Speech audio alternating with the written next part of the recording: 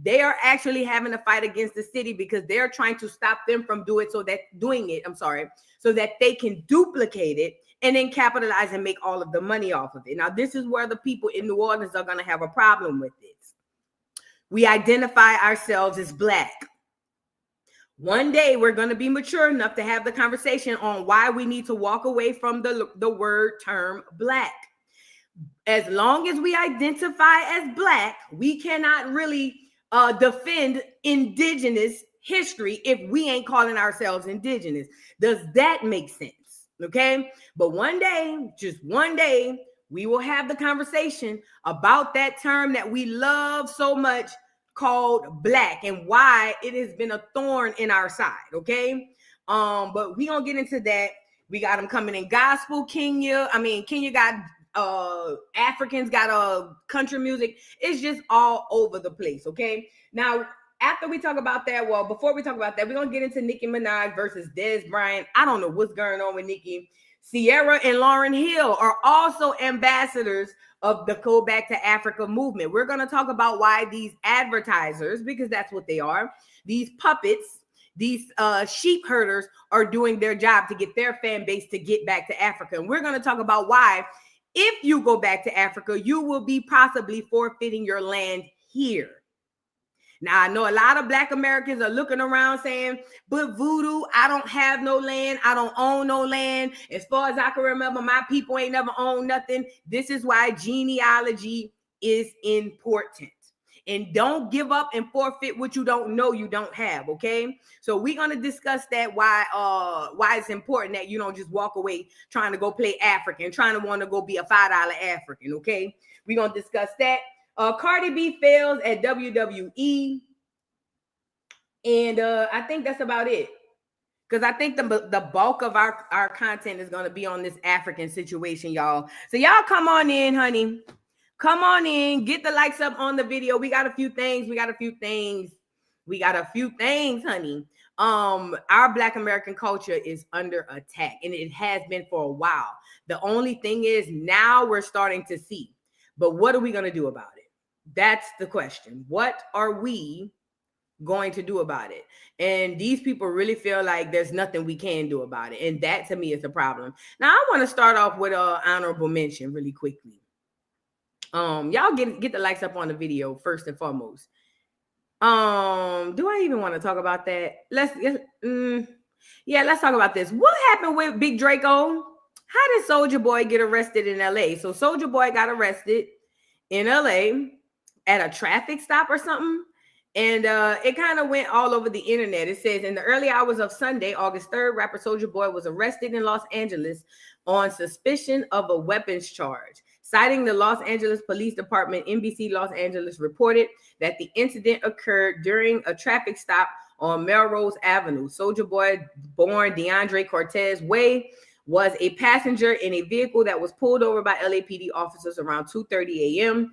It is currently unclear what prompted the traffic stop in the first place. However, during the stop, LAPD claimed to see a firearm inside of the car. Following an on-scene investigation, officers arrested Soulja Boy and booked him on suspicions of being a felon in possession of a firearm. It is also unclear who else was involved in the matter. However, Soulja Boy posted videos on his Instagram story Saturday night, August 2nd, from his belated birthday, July 28th celebration at his Los Angeles nightclub, Poppy. In one video, he told it, "I don't need no security." Well, you needed a ride, dummy. You didn't need security. You just needed a ride. But either way, he done got arrested, child. Cortez done got arrested.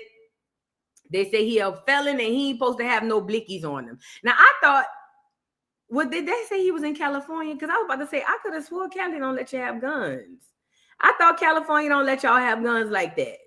Either way, Big Draco's possibly arrested. Well, he was arrested and I guess he's out of jail or whatever. Listen, they taking them all down. They taking them all down. I don't know what happened, honestly. I really don't care. I just was bringing it to y'all because it was something that I saw. Let's move on. Soulja Boy better chill and go lay down somewhere because they are on the roll with these so-called millionaires. And I don't know how much Soulja Boy has. Some people say he broke, and he just might be. He just might be. But ultimately, if he's not, he might want to chill before he is, okay? Now we have an announcement from Rick Ross. He said he put in his community service hours with the kids this summer. Let's get into it. My DM say, is that what you and 50 Cent doing? Are y'all battle rapping? Is it beef, real beef? Well, I'm going to say this. Beef, it could be complicated, but I done took 50 Cent youngest son, Bruce Leroy, a.k.a. what? I done took him fishing before. And he loved when I do the what noise. You know, I used to see him all the time over there. But I guess one day his mom may have been creating content on Star Island somewhere, and he was walking around on his second lap. Did y'all catch that part when he said, I guess his mama was somewhere creating content? Child. I invited him to the back of my crib. I put bread on a fishing pole, cast it. I watched Bruce Leroy catch his first Dover sole. Man, I felt proud. What? Little man, what's up, though? Someone in my DM say, is that what you and 50 Cent doing? Are y'all? Child, look. Y'all already know 50 and Rick Ross is going to be forever. Somebody in the comments said, why would he say something about 50's golden child, not 50 going to abandon Bruce Leroy, him calling a kid Bruce Leroy, him talking about being on Star Island while his mama was in the back making content. It was just a lot. And I was just like, you know what? These dudes go back and forth and they really be going to the grave with each other. So at the end of the day, it is what it is. Nothing is off limits when it comes down to 50 Cent and Rose, but the Bruce Leroy and the making content in the back, that was a key. I'm not gonna lie, that was really a key. That was a key for me. It was a key for me. It was a key for me because we all know. Speaking of his baby mama, did y'all see that she wrote a letter to the judge to get Diddy out of jail? Let me go get Gina on here. Gina, where's you at, girl? So Gina too, is that her name? She wrote a letter to the judge asking that Diddy is released. Now, mind you, Cassie had written letters to the judge asking that he be retained or remained or whatever the case may be. But Gina wrote one as well. Now, let me say this as well. His child was banned from Siblings Party so new girlfriend could come. Oh, child, Lil Scrappy getting his just due. We'll talk about that on Love and Hip Hop. What was I saying though? Girl, didn't make me Lil Scrappy baby mama number 3 done threw me off. What was I on here getting ready to look for? Oh, that girl. Gina too. So Gina too. Cassie had wrote letters to the judge basically saying that she feels that Diddy should be locked up because she's afraid for her life and whoop-de-whoop. Well, as it pertained to Gina, who allegedly testified on behalf of the prosecution, which we already knew that had to be capped because Diddy was still paying her bills. She has recently wrote a letter to the judge asking the judge to let her nigga go. Now, some people feel like, girl, this is sad. Why would you go do this? Like, girl, he's an abuser, blah, blah, blah, blah. Y'all have to understand, self-preservation is the first order of survival, okay? That girl need her bills paid. And if Diddy called her and was like, girl, I could be outside making more money or whatever the case may be, but I can't because I'm like locked up. Is it Gina or Daphne? Was it Daphne?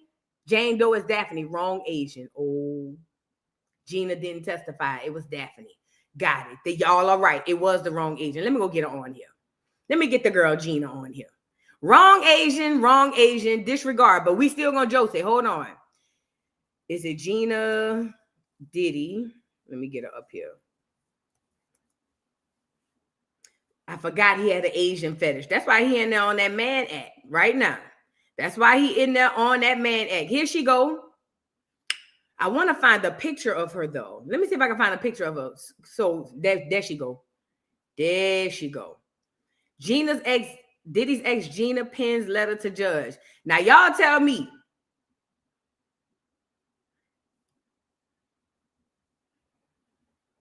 This is the girl Gina. Let me not play the music. Let me show you Gina. Hold on, y'all. This is what they say. They say this is Gina. I can't play the music though. This is supposed to be Gina. Let me see. Let me make sure y'all can see this. No, y'all can't see. Is this the Gina? Now, is this Gina or is this, what's the other girl name?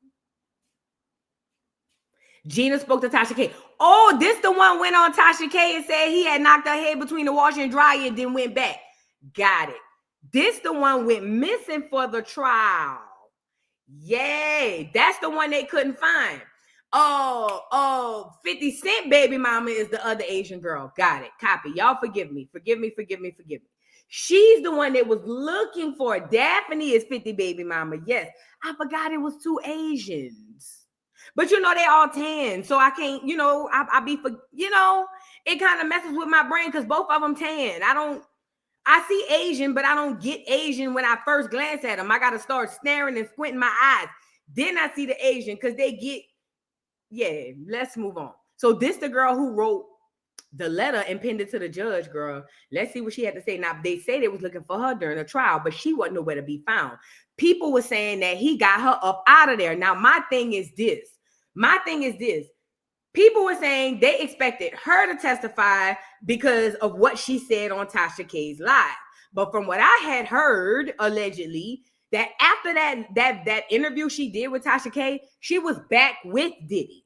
Okay? So it would make sense why she's nowhere to testify or nowhere to be found to testify. And then also it would make sense why she's writing a letter to the judge saying, let my nigga go. See, y'all got to understand, Diddy does take care of these women. He does. Regardless of how you feel about him, these women are still trying to survive. Self-preservation still stands. Girl, if my nigga need to come home to make this money, girl, let me write this judge. Okay? So, and I know people might feel a way about it, but it is what it is. But here's the letter that she wrote to the judge. Look at what she said. Okay, is this hers? Yeah. Sean Diddy Combs' lawyers replied to prosecutors' bail opposition, including a letter from Virginia, Gina to Wynn, I don't know, who is victim number 3 in the indictment. She never testified in trial, and she says in the letter that she doesn't view Combs as a danger to me or the community. She says, my name is Virginia, that's Gina, and I'm writing as a person identified as victim 3 in this case. I have known Sean Combs for many years in both a personal and professional capacity.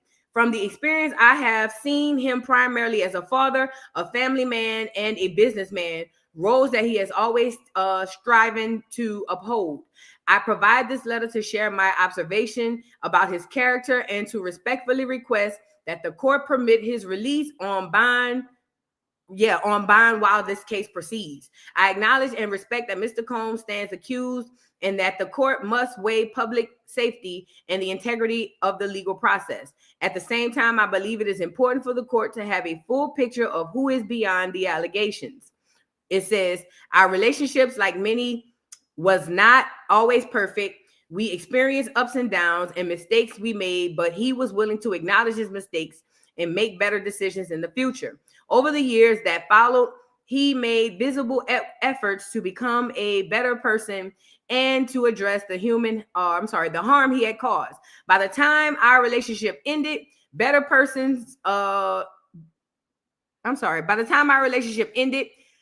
he embodied an energy of love, patience, and gentleness that was marked differently from his past behaviors. To my knowledge, he has not been violent for many years, and he has been committed to being a father first. I am writing because I do not view Mr. Combs as a danger to me or the community. This is his first criminal case.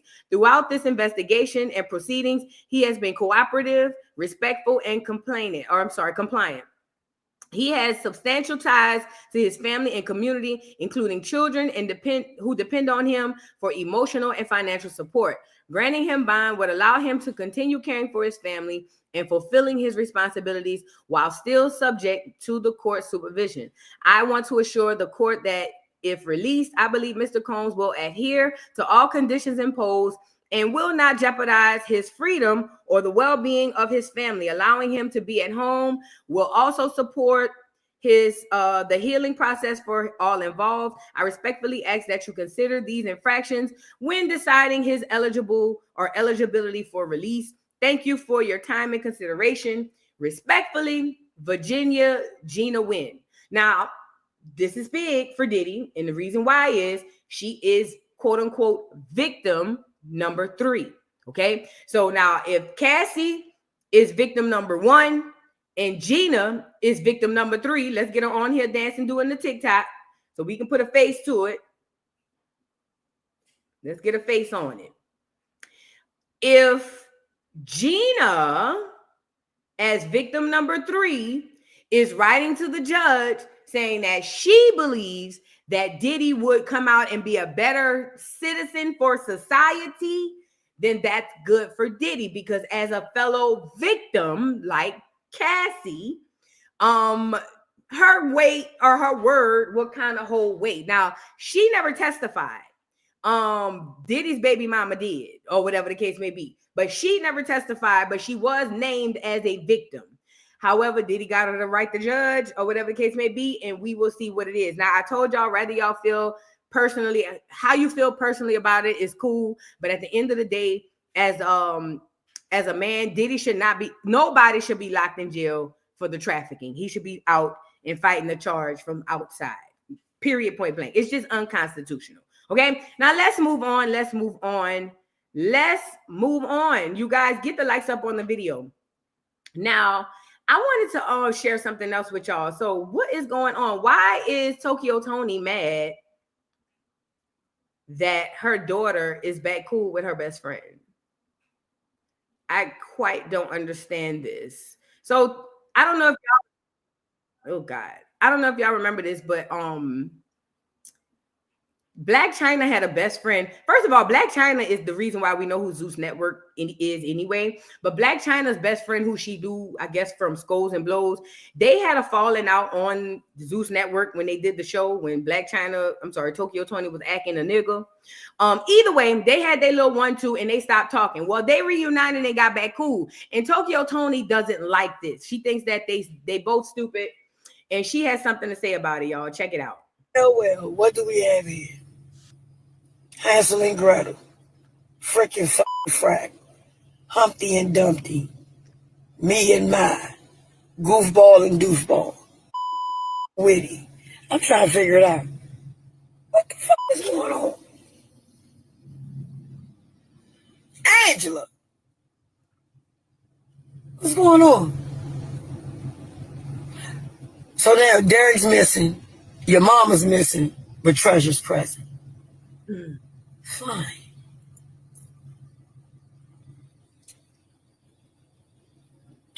Well, I hope you two do well in your ventures together, mixing holy with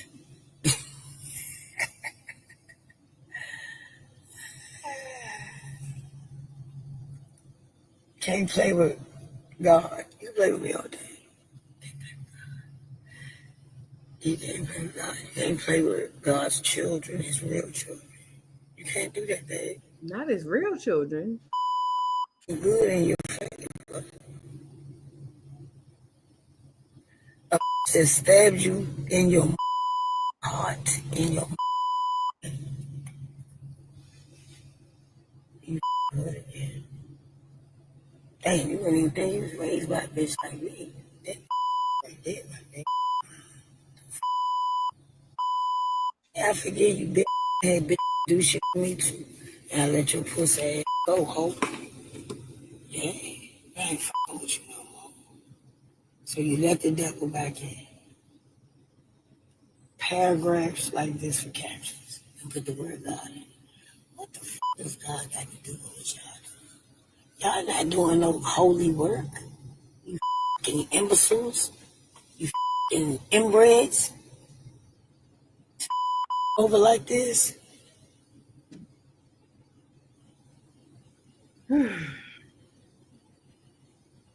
Midstream of me trying to keep a building, I have to stay focused on this. $15,000 worth of bills a month. Looking out for my community. You can't make a month post, but you can post this. You can't talk about helping these people that I help. You can't do that. But you back friends with a thirsty ass.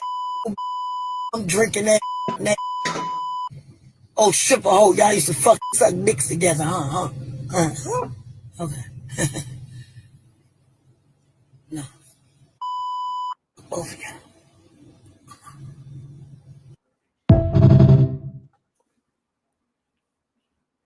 Well. Yeah. I'm sorry, I'm over here adjusting this thing. Girl, what is going on with Tokyo? Hold on, let me get Tokyo back on here. I don't know what's going on with Tokyo. I really let me say this. Hold on, let me turn her down. I know exactly what's happening with Tokyo. This is a very familiar space. I can say, hold on, let me get Toke back on here. Now, I don't know what the ins and outs, and maybe I did back then and I don't remember, but Tokyo is doing something I'm very familiar with. So it's a lot of things happening with Tokyo. Number one, she may genuinely be a concerned parent. I got to give her that. You know what I'm saying? She may genuinely be a concerned parent, and she might feel like Tresha's not worth the dime. Okay. I will give her that. But I think there's also a part of jealousy there. See, they got some parents who get jealous of their daughters, and not even, jealous of their daughters. They got some women jealous of their daughters and jealous of their relationships that they have with other people, only because they feel like entitled that relationship should only be reserved for them. Does that make sense? Like, so for instance, like a mother could feel like, oh, my daughter made it, and I don't want all these people around her. Like, and if she go and make friends and they go on vacation and stuff like that, and I feel something, she ain't invite me, and I don't, you know what I'm saying, type stuff. It's a bit of that going on as well. And I think that's rooted in a lot of, trauma and stuff and all that other stuff. And I typically see it typically be with mamas who wasn't the best mamas to their daughter anyway. You know what I'm saying? And that's another thing. I'm glad you brought that up, Asia. Tokyo didn't even raise China. China was raised by her grandmother, and the streets raised her at 14. Okay. Black China was raised by her grandma up to about 13, 14, and then the strip clubs raised her after that.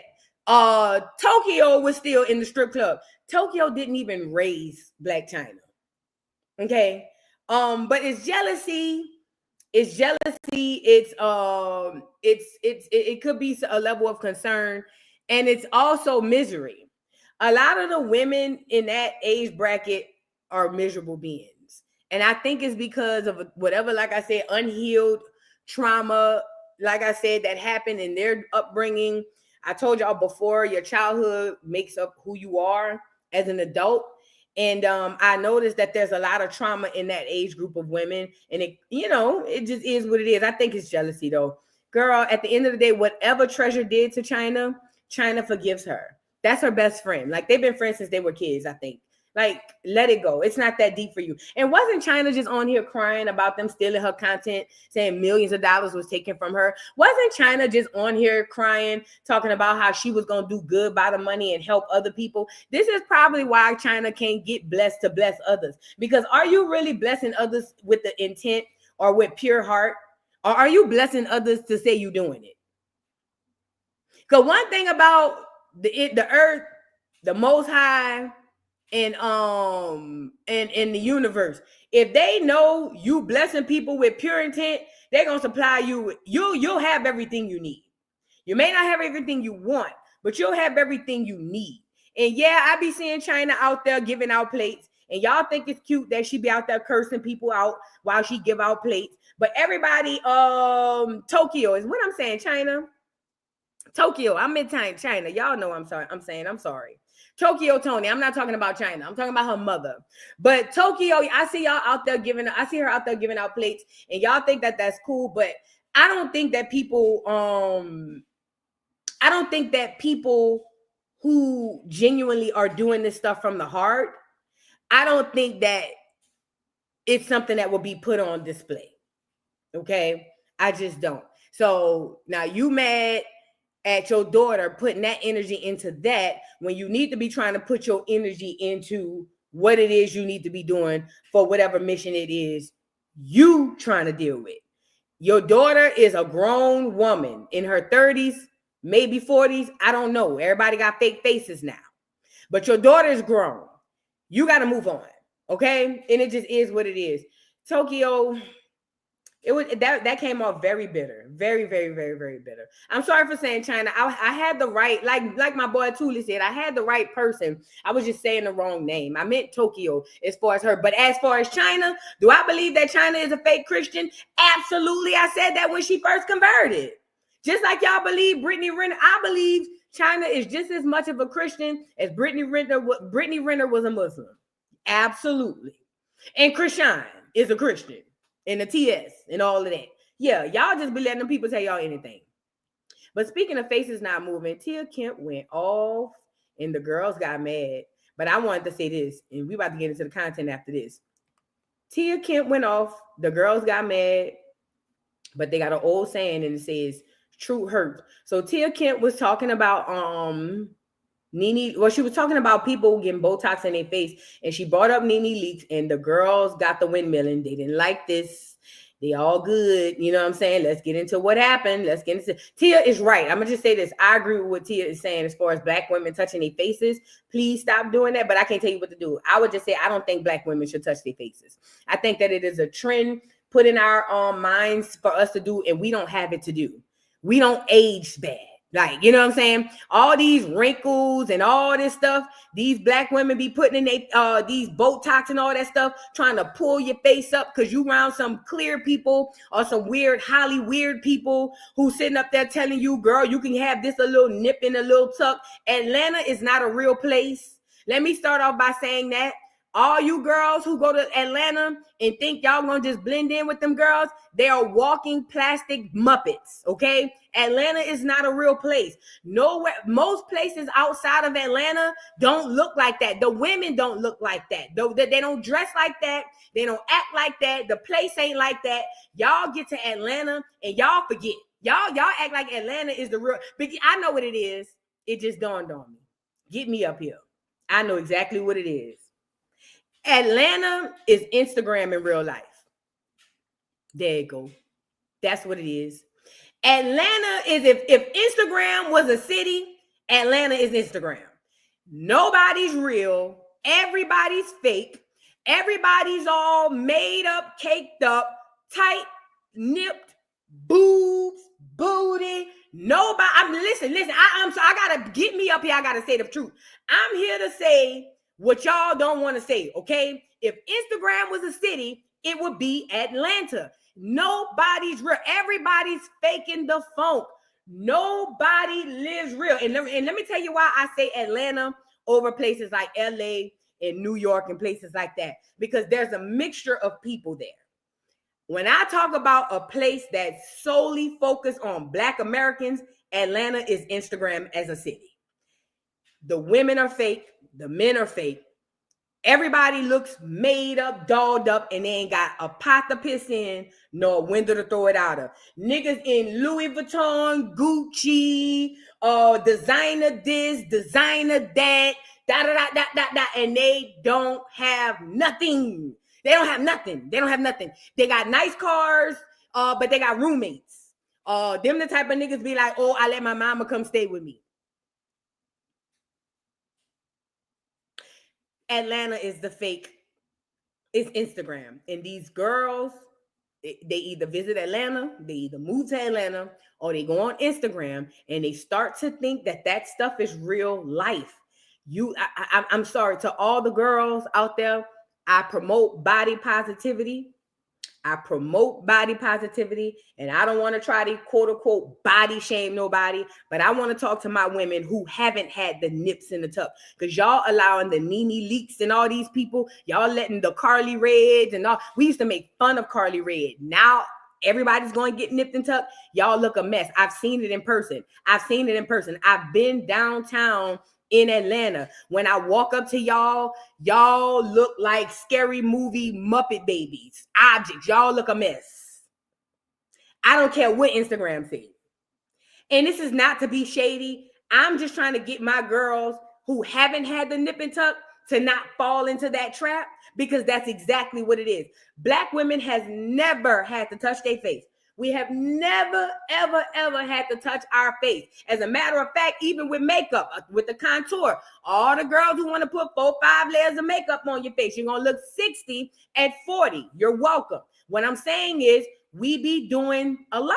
You know what I'm saying? We really be doing a lot, and it's not going to work out in our favor. Okay? Now, the new trend in Atlanta and Instagram is to go let them folks do the nip and the tuck on the face. Y'all help us get one little wrinkle, or y'all let somebody say, "Oh, girl, it's getting a little dark under your eyes." And look at y'all. "Oh, girl, let me go let the people go put this." And now you coming back looking like a clown, and then you mad at us because we call it out. Now, Kemp is going to say what she got to say, and I back her 100%. People are trying to say that she's body shaming, but she's saying the truth. You have to stop allowing these people to experiment on Black people. Black Americans, you have to stop doing that. Y'all don't even know if y'all going in there letting them folks experiment on you doing Henrietta Lacks stuff. Y'all just know y'all want to look good. Let's get into it. Hey, Nene Leaks. I like you. You look good. But don't fuck with your face. Into fucking more, boobs. The nose is so sharp. That bitch look like it's gonna hit somebody and stab them like Pinocchio. Don't do nothing else. I'm gonna be honest, girls. I'm so sick of the stiff face era. Why y'all hoes lips and shit ain't moving no more, and your cheeks, like, see how I'm talking? You hoes face ain't moving no more. It's just stuck on one expression, like.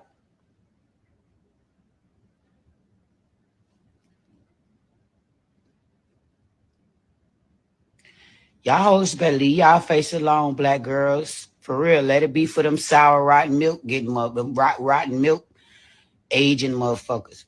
Y'all gotta stop this shit. Age gracefully, especially you young ones. Y'all out here shooting shit up in your face, in your lips. Like, come on, girlies. Like, for real, slow down with that shit. The men's are telling me they not liking the duck lips. They don't like that shit. That shit don't even move. Your shit looks stuck. It's just not cute.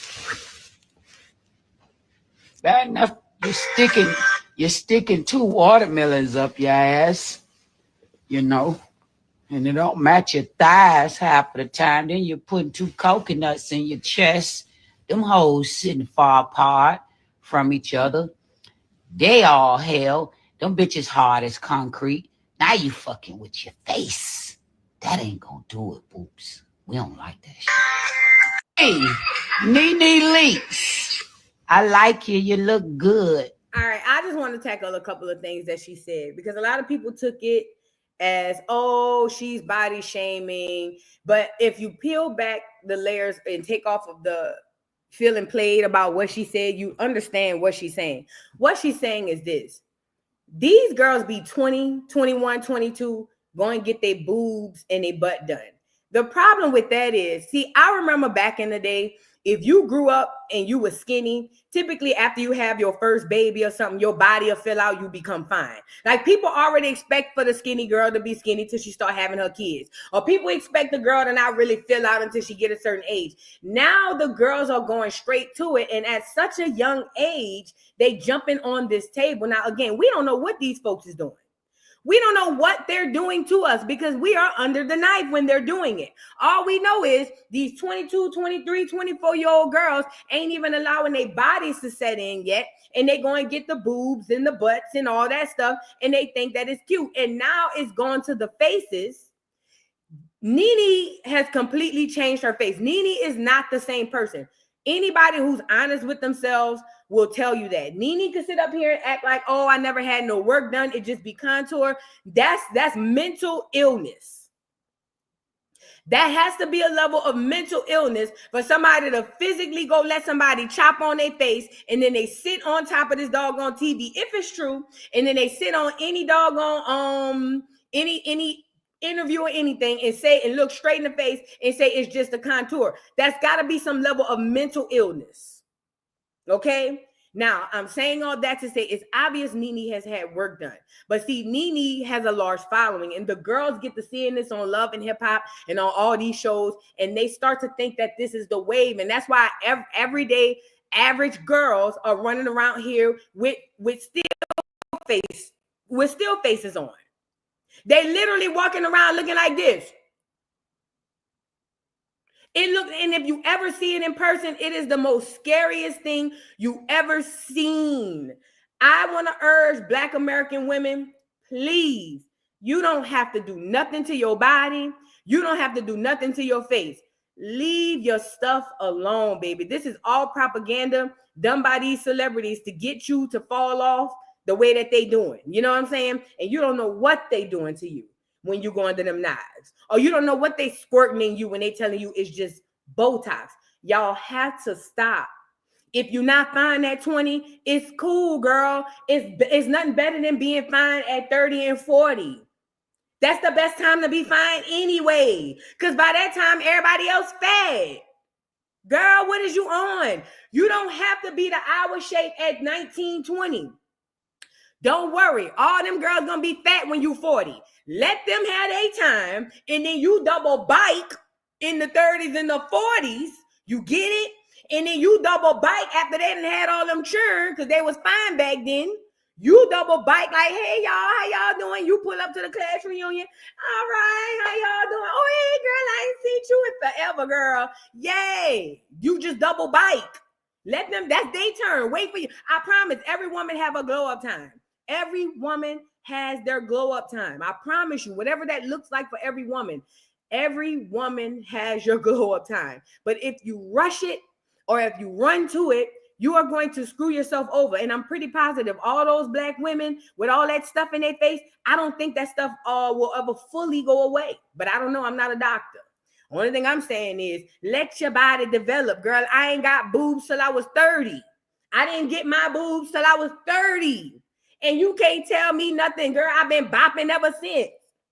What is we on? I've been bopping ever since. I couldn't bop at first, but now I bop. You get it? So, yeah, I felt some type of way back then when all the girls, you know, the big titty committee, when it was bopping. I felt the way, you know, I just used to do a shimmy, but now I'm bopping. It is what it is.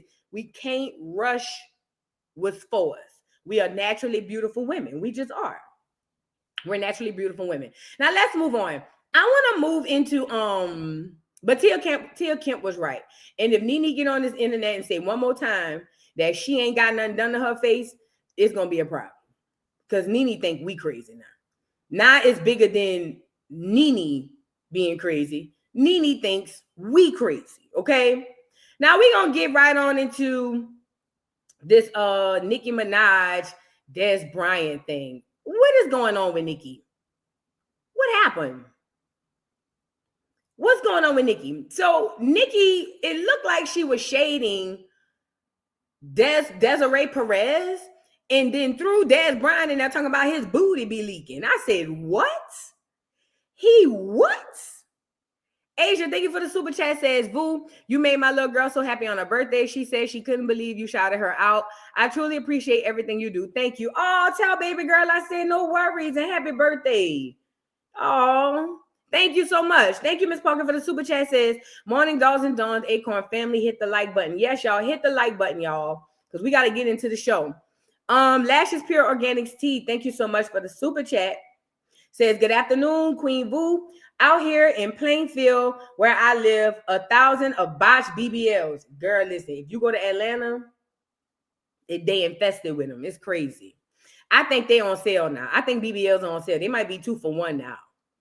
I think. Let me see your name. Nine Capone. Hey, Boo. Thank you so much for the super chat. Says they're following the clear people while the clears are doing everything to look like us. Our women better wake up. Big facts. Big facts. Because remember, they used to have to go get the lips and all that stuff. We didn't have to do that, and we still don't. Okay. Thank you, Miasha McLaren. Thank you so much for being a member for 14 months. Says keep up the good work, Boo. Thank you so much. Y'all get the likes up on the video. I saw that Esther asked, did we see Johnny Blaze about to die in the hospital? I saw that they said it was a gallbladder or something, huh? Ciao. So, okay, let's get into Nicki. So, Nicki Minaj is beefing with Roc Nation and Jay-Z. She claims she ain't got no smoke with Beyonce, but I don't understand how that works. Because, girl, if you beefing with my husband, you beefing with me. Like, what is we saying? So anyway, Nicki was beefing with Roc Nation, and she was on some random ski trip, allegedly. I don't know if she was somewhere where it was cold or hot, but either way, she just randomly got on the internet and started going off on Desiree Perez. But in the midst, what's his name? Dez Bryant caught a straight. Now, originally, when Dez responded, I don't know why I thought he was what's that boy name who played in Tampa Bay? The crazy one. The one who we be thinking have CTE, the other dog skin one, Antonio Brown. Because the way he responded was like, bitch, I was like, man, Antonio Brown tripping. But no, it's Dez Bryant. He played for the Dallas Cowboys. He was a wide receiver for the Cowboys. And according to Nicki, he's still a wide receiver, allegedly. Because Nicki said his booty was leaking. And I said, what? Why would Nicki throw this man in there? What did he do to her, and why was it so random? Nicki has to stop. Nicki has to stop. Now we got to get into how, Lord, let's get into it. It says Desiree Perez beating her daughter and calling her black son-in-law a nigger with a hard ER as an adult. Now, mind you, this is Nicki tweeting about Desiree Perez and them. Falsely had her daughter institutionalized as an adult, lied and said her child was on drugs as an adult. Then she put, this tweet is alleged and for entertainment purposes only. And then she says, as a matter of fact, let me go call President Trump, and ask for a pardon like Desiree Perez did. Next, I'll get into the casino stuff. And then she put hashtag mommy beater, hashtag mom beater, hashtag Roc Nation, hashtag bot nation, hashtag twat nation. Then she says, Dez Bryant's booty hole allegedly leaks as an adult. Now, I said, now, hold on. What did why would she put that at the end? What did that have to do? Did I miss something? She said Dez Bryant booty hole leak or whatever the case may be. Now, Dez didn't like this. He didn't like this, and I didn't think he would. I don't think any person would. And then she says, I'm so happy you brought this up. I'll give you 10 million cash if you come and fight him since you beat up your own mom. Now, mind you, her and Dez are going back and forth. So Dez called her every bitch in hoe this side of the Mississippi, and we're going to get into it. But this is what she's telling to Dez. I'm so happy you brought this up. I'll give you 10 million in cash if you come and fight him since you beat your own mom. I think that's when he said something about her husband or something. She says he was lied on 31 years ago while both of them were 16. There's proof. That's why they couldn't get the money they desperately needed and sued for. Now, you, on the other hand, was beating your mother as an adult. Bigfoot has a brand new weird case as an adult. And then she goes on to say, Jay-Z dodging paternity tests that could prove he effed a teen as an adult. Nicki is spiraling, but she's spilling tea. I told y'all, Mad Day is when the truth come out. Truth come out 2 times, Mad Day and a joke. So now Nicki is spiraling again, and I'm here for it. Now, I didn't know that I needed to know Dez Bryant's booty leaks, but either way, she let us know that it does leak, and she also tells us that basically, Jay-Z, she's kind of confirming that he did sleep with Ramir's mother. You see what I'm saying? As a child. Now, I told y'all that was the rumor back then. We had no proof, but everybody knew that Jay-Z was messing with younger girls. We all knew he was messing with Foxy Brown, allegedly. Allegedly. Because Foxy on here with one ear trying to act like we making this up. And I'm not going to let her do it. I'm not going to let her do it. I'm not going to let her do it. She want to come on here and rewrite history, bitch. I get it. You can't hear, but we can see and hear. We was there. But she gonna get on here and act like, oh, that never happened. That never happened. Girl, bye. Girl, bye. Girl, bye. But anyway, so now she's implying really, that Diddy, not Diddy, that not 50. Why I keep bringing up all these other people? She's implying that Jay-Z did smash Ramir's mom. Then Dez says she wasn't defending, because somebody was basically telling Dez to chill out. It says, Nicki was actually trying to defend your CTE head ass.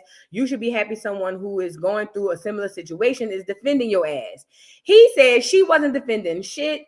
She was inserting herself. She had no reason even mentioning me. And it was very random. And this is what he had said. Say, bitch, I didn't go to jail or touch my mama. I was defending myself. I removed her nails from my skin. Folks know I was dealing with some corrupt stuff in Dallas. I don't get how you can even be on the internet with your husband being a sex offender. You said we are speaking facts, weird hoe. So come on. Now, this is what Dez said. And he posted the article of Prince Petty over there on house arrest for violating his parole or whatever the case may be. Now, some people may feel like Dez went too hard, but honestly, I don't think he went hard enough, because I don't know how he caught the stray and what his booty hole had to do with Rock Nation, Desiree Perez, and calling niggas hard ERs or whatever the case may be. But ultimately, I don't think he went hard enough. And Nicki will never get away with calling anybody anything as long as she's married to Kenny Petty. It just don't work like that. Like, every night you sleep with Jason Voorhees, girl. Like, you don't know if he's in bed with you or haunting the next bitch dreams playing Freddy Krueger. Like, you know what I mean? It's almost like the old saying, throwing stones in a glass house. Ain't that what they always say? Nigga, you got to chill. Now, it's one thing to say he beat up his mama. Maybe he on some Blueface type stuff. I don't know. But you kind of can't, you know? I just would be more cautious if I was Nicki. I probably wouldn't say much of nothing. I ain't gonna hold you. I probably wouldn't say much of nothing. But I don't think Dez went hard enough on her. Let me see. I thought there was another post on it. If not, we're gonna move on. Oh, no. So then Dez Bryant got Jerry Jones, or Jerry Jones got into it. Now he's the owner of the Cowboys, right? It says Dez Bryant versus Nicki Minaj. The NFL star started with Jerry Jones' tweet and ended up in a rap's wildest Twitter war. It says Dez Bryant versus Nicki Minaj. The NFL star started with a Jerry Jones tweet and ended up in a rap's wildest Twitter war.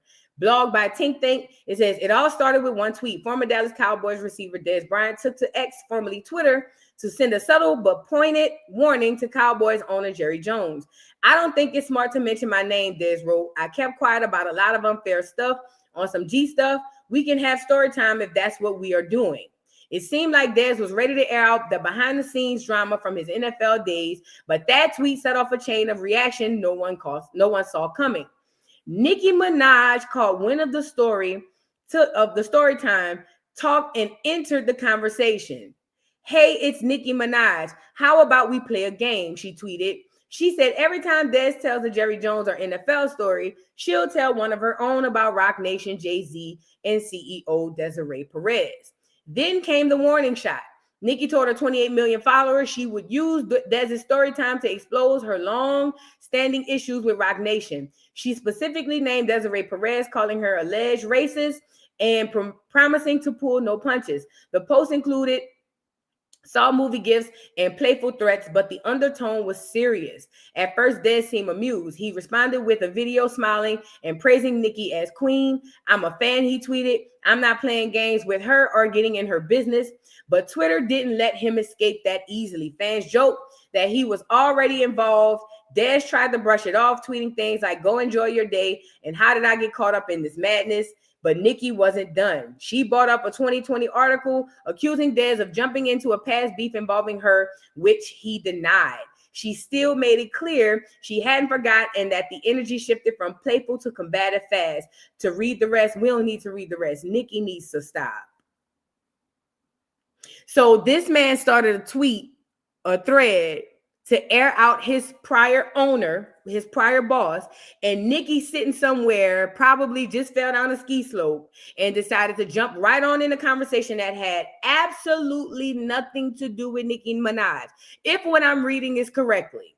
And then you jump in to try to drag Rock Nation, and then somehow, some way, turned around and tried to drag Dez Bryant, and he was over there trying to cop pleas with your ass.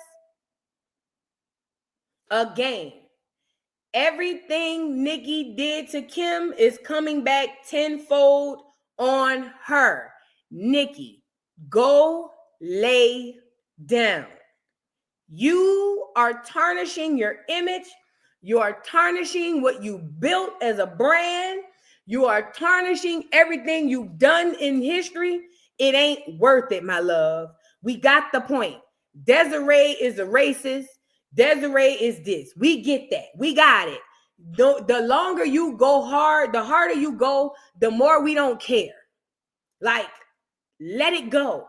And then for you to say, that boy booty hole was leaking and things of that nature. Now, if he'd have flipped the script and asked you what Kenny Petty booty hole was doing down at the penitentiary, he would have been wrong. You see what I'm saying? You see what I'm saying? Or if he would have asked if Kenny Petty be messing with booty holes before he was messing with all them other children around there when he wasn't going to school, when he was out here being a Dennis the Menace. You see what I'm saying? Nicki, you got to stop. That boy ain't said nothing to you. You're going out sad, Fat. Nicki going out sad.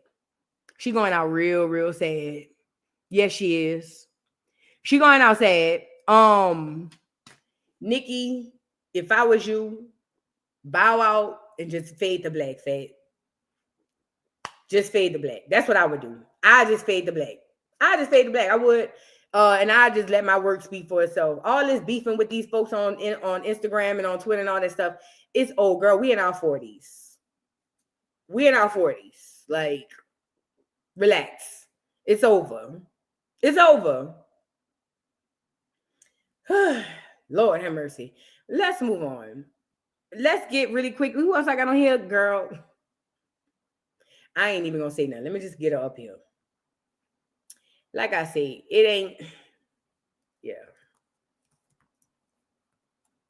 Did y'all see Cardi B got into it with Ra Ali? I did a video on it and posted her live. Y'all go check it out. So Cardi B did WrestleMania, not WrestleMania. What was it? Was it WrestleMania? WWE? And girl, the people was like, get her up out of here. Pack. Not see the what do you call it? Did we not see the when they were doing the freaking, I hate when I'm at a loss for words. Did y'all not see her speak at the DNC or whatever that was for Kamala Harris? She's not a good speaker. She's not a great speaker. Let me see. SummerSlam, is that the name of it? Girl, the people from SummerSlam and all the fans were like, get her up out of here. They was mad that she was there. The people were saying that they didn't want her there. They didn't understand why she was there. This hoe. They were saying they didn't understand why she was there. They didn't want her there. They thought that it was very, like, not even inappropriate, because there's not like much appropriateness for it all. But I think it was more or less of like, it's almost like inviting Dolly Parton to host the BET Awards. Like, girl, what? Like, you know what I mean? Like, as if they say, oh, this year we're going to have Hulk Hogan host the NAACP Awards. Like, it just didn't go. It didn't make sense. She looked a mess. No, well, she looked good, but in theory, she looked a mess. Does that make sense? Like, she looked good, but in theory, she looked a mess. And the people were complaining about, her speech. Let me see if I can find her speech. People were complaining about her speech. First of all, let's get into the look. If y'all understand the symbolism of these looks and these album covers and all this stuff, then you understand that it's not just her dipping into fashion. You understand why the buzzards are what they are, the ravens or whatever. You understand what this is all about. So now this is her hollering and screaming at these good white folk. I'm just playing. But this is her hollering and screaming at these clear people who drunk off beer and rage and testosterone. And even they didn't understand it. Even they didn't understand it. Look at her. Screaming and hollering. And I don't think the veneers help her speak, because she already couldn't speak before. Yeah. Let me get that speech. Let me go get this speech. Girl, when I saw that, I said, what did she say? What was she doing? Look at her, y'all.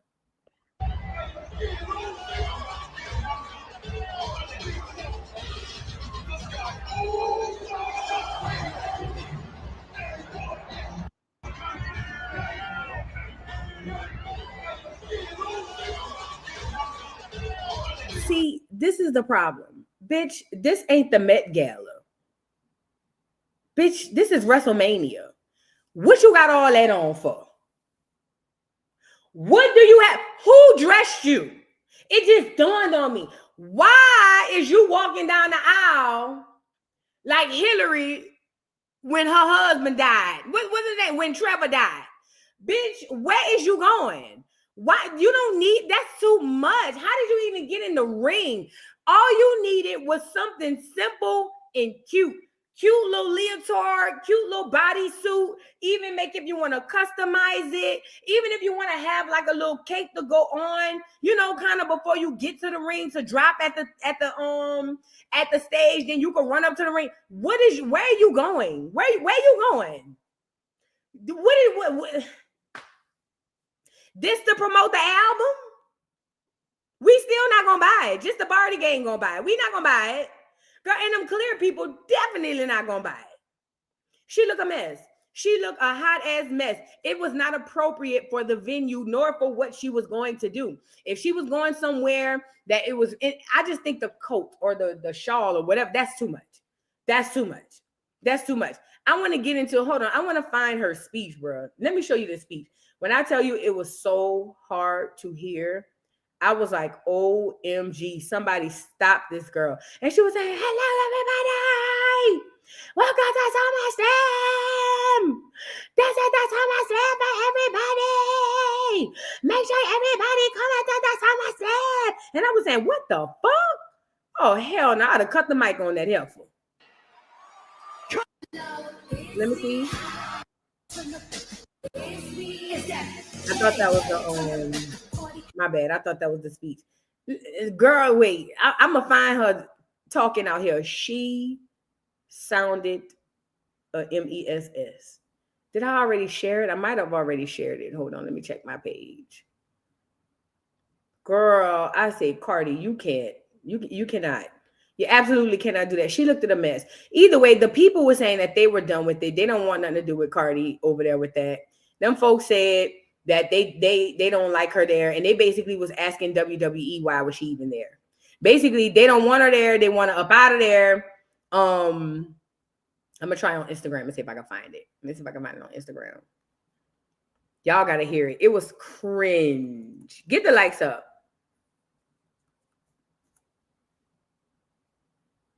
Get the likes up on the video, y'all. Matter of fact, I'm gonna give y'all a commercial break while I look for this. I'm gonna give y'all a commercial break really quickly.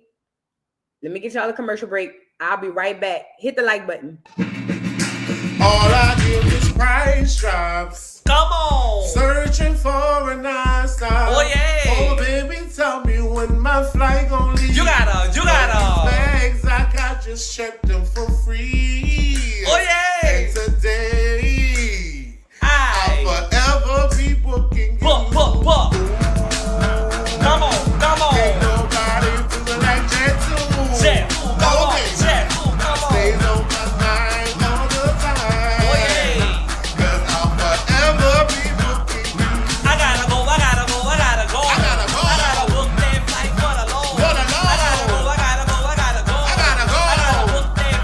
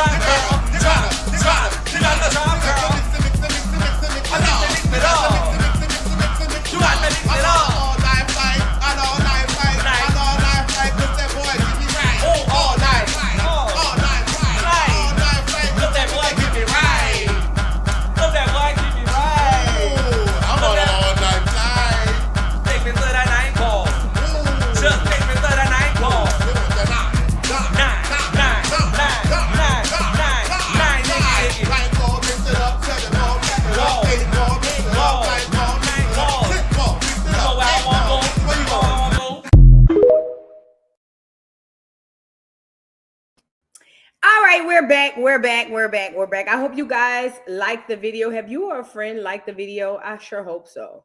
Now let's get into Cardi B's speech, and then we're gonna move on to why we're here. Y'all get the likes up on the video, please, and thank you. Get the likes up. Look at Cardi B at the SummerSlam situation. It was horrible, cringe. What's good, WWE Universe? We are coming to you live from the Tri-State. I gotta be real with y'all. I'm excited. Who's ready to whip something? We are making history tonight because tonight is the first time 2-day SummerSlam. Yay!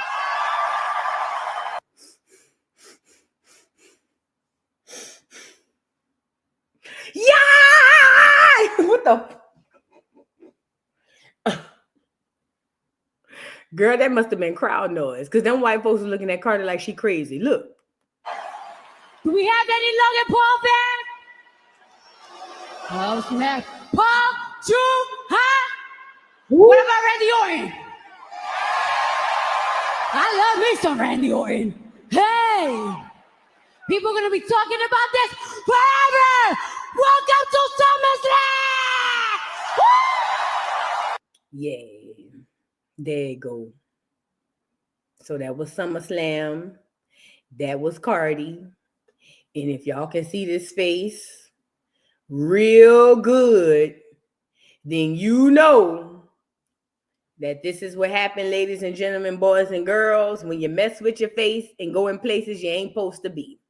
Leave your face and them people's space alone. That's the moral to the story. Leave your face and them people's space alone because they want Cardi to never grace the stage of anything with wrestling anywhere. And at this point in time, if there's a petition, I don't even watch wrestling, and I would like to sign. Yes, I would.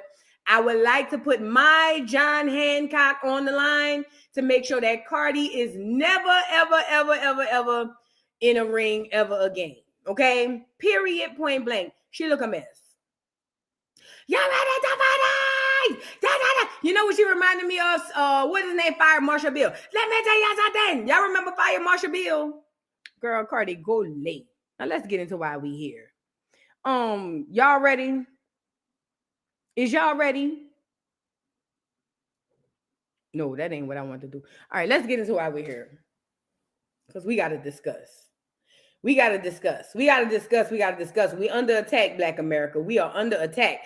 Disrupting Reality NYC. Thank you so much for the super chat. Says, Boo, Black women doing all that surgery makes us look like we are competing with the with the TSs. Is that what you're saying?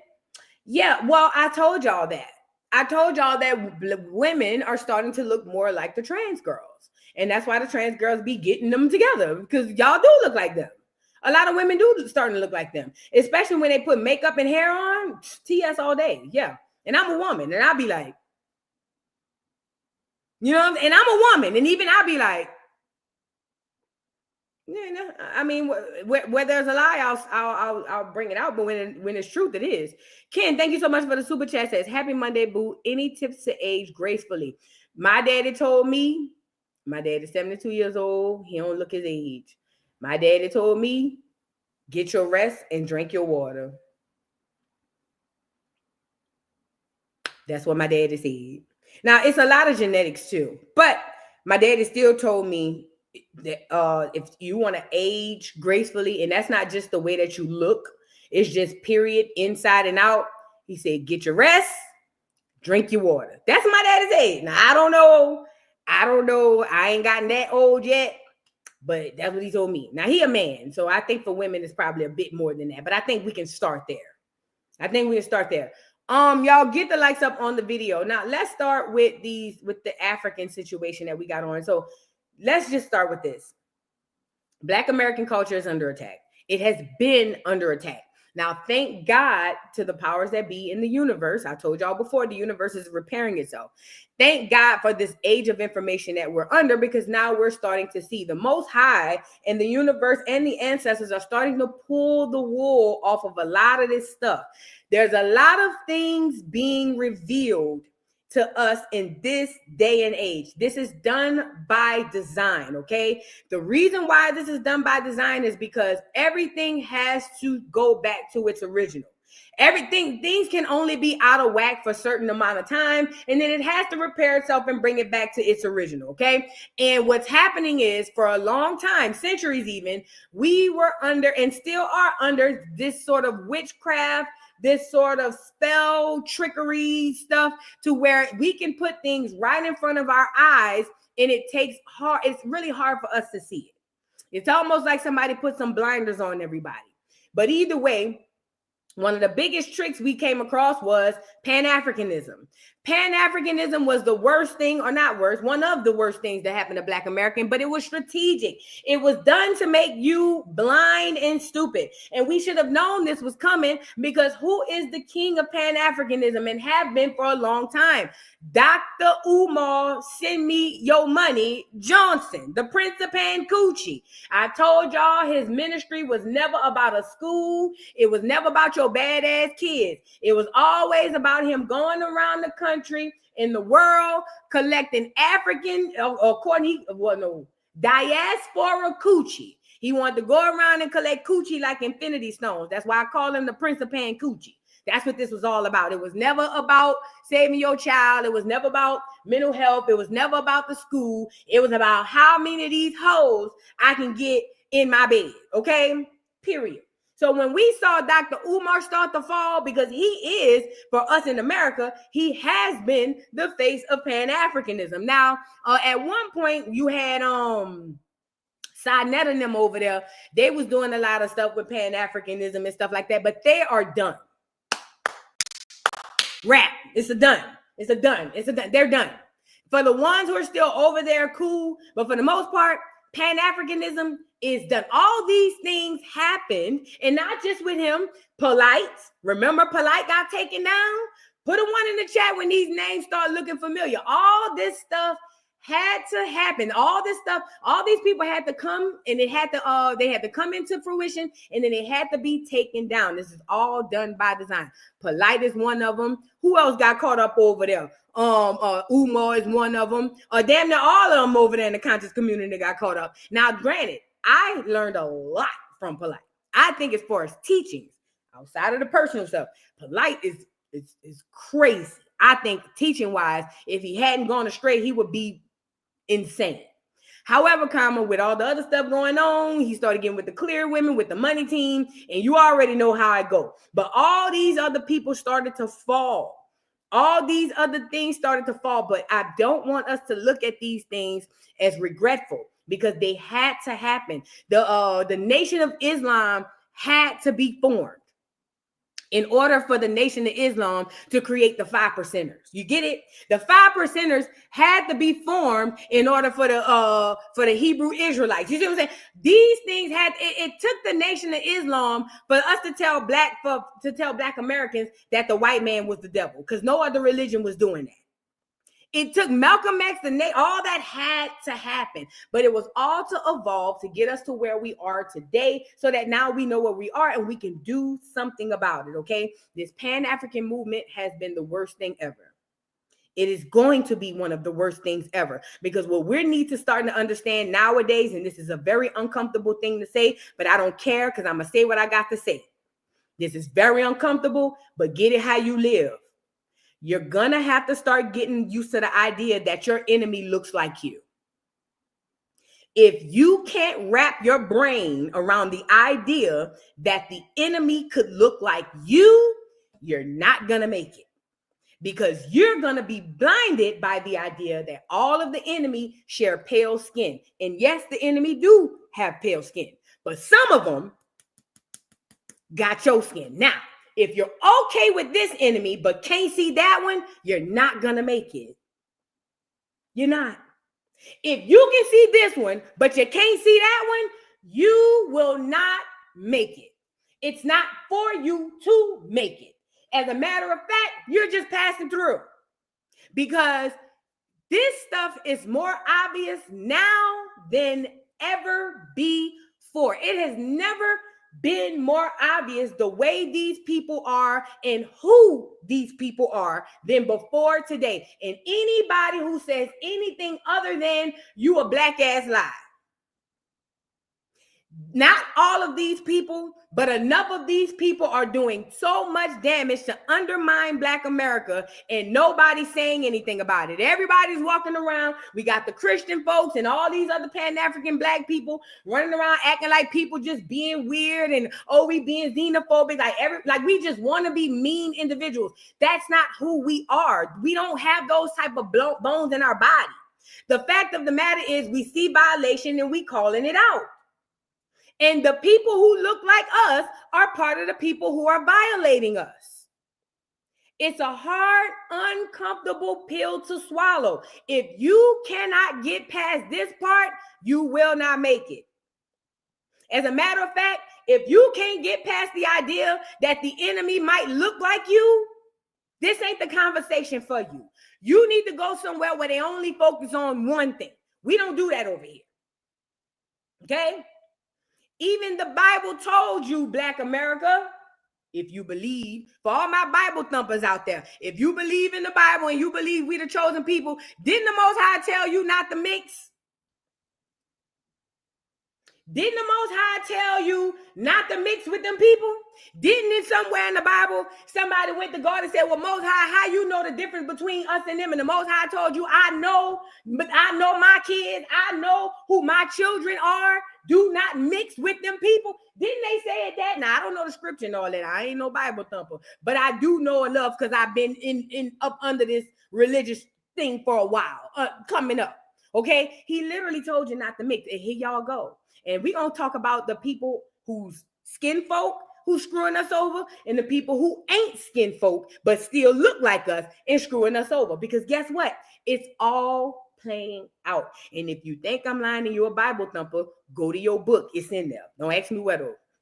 Don't ask me where, but it's in there. Go to your book. If you're a Bible thumper and you don't believe me, go to your book, because now they've crossed into gospel music. They in there taking over your gospel music. But I told y'all the other day, who do you blame for it? The people who's selling the gospel music to them. Kirk Franklin and the family and all those other folks. But neither here nor there. Where do we start? Let's start with the sheep herders. Which one do we want to go with first? Eeny, meeny, miny, mo. Catch these hoes up by the toe. So Ciara, you know, I get it. 1-2 step Ciara, woo woo, cool, cute, or whatever. But girl, what I'm not gonna do is allow me liking Ciara be bigger than the mission. And at this point in time, Ciara girl, go lay down. So Ciara has just been awarded membership to Benin. Now I told y'all what this is, right? Listen. Before I share the screen, I told y'all what's going on right here. I already told y'all. Black Americans are indigenous to this land. As a matter of fact, Black people are indigenous to all of the lands. There's only very few people. No, there's only one group of people on this earth that ain't indigenous to nowhere. And we all know who that is. Rather you believe we came off a boat from slavery, or rather you believe we were here prior, regardless to what it is, the America that we know today, it belongs to Black America. The problem is Black America does not know it. The reason I know that Black America doesn't know that this land belongs to them is because we continuously give it away. When we support DEI, when we support all these things for all these immigrants, this, immigrants, that, we are giving away pieces of our birthright. These people know that. This is why they come from far and wide, all over the world to come to America. But then they'll tell you that you don't belong here. It's a Jedi mind trick, okay? That's all it is. It's a freaking Jedi mind trick. You are the indigenous people of this land. As a matter of fact, you're indigenous everywhere. But you get these folks brand new, first generation, second generation, just walking in here telling us who they are, and then not only telling us who they are, telling us who we are. And some of us are buying it, and it bothers me. It bothers me. Because I understand that a lot of my people are under the belief system that these people are here to befriend them. But I see devils when I see these people. I see the same devils Malcolm saw when he saw the white boy in the 60s. I do. And I'm not saying I see all Africans like that. That's not what I'm saying. When I'm looking at these people in our industries, in our cultures, and they in there just seething and just foaming at them, I see devils. I don't see nobody, none of these people. I don't give a damn if they're your favorite singer, rapper. I don't see friendly. I see enemy.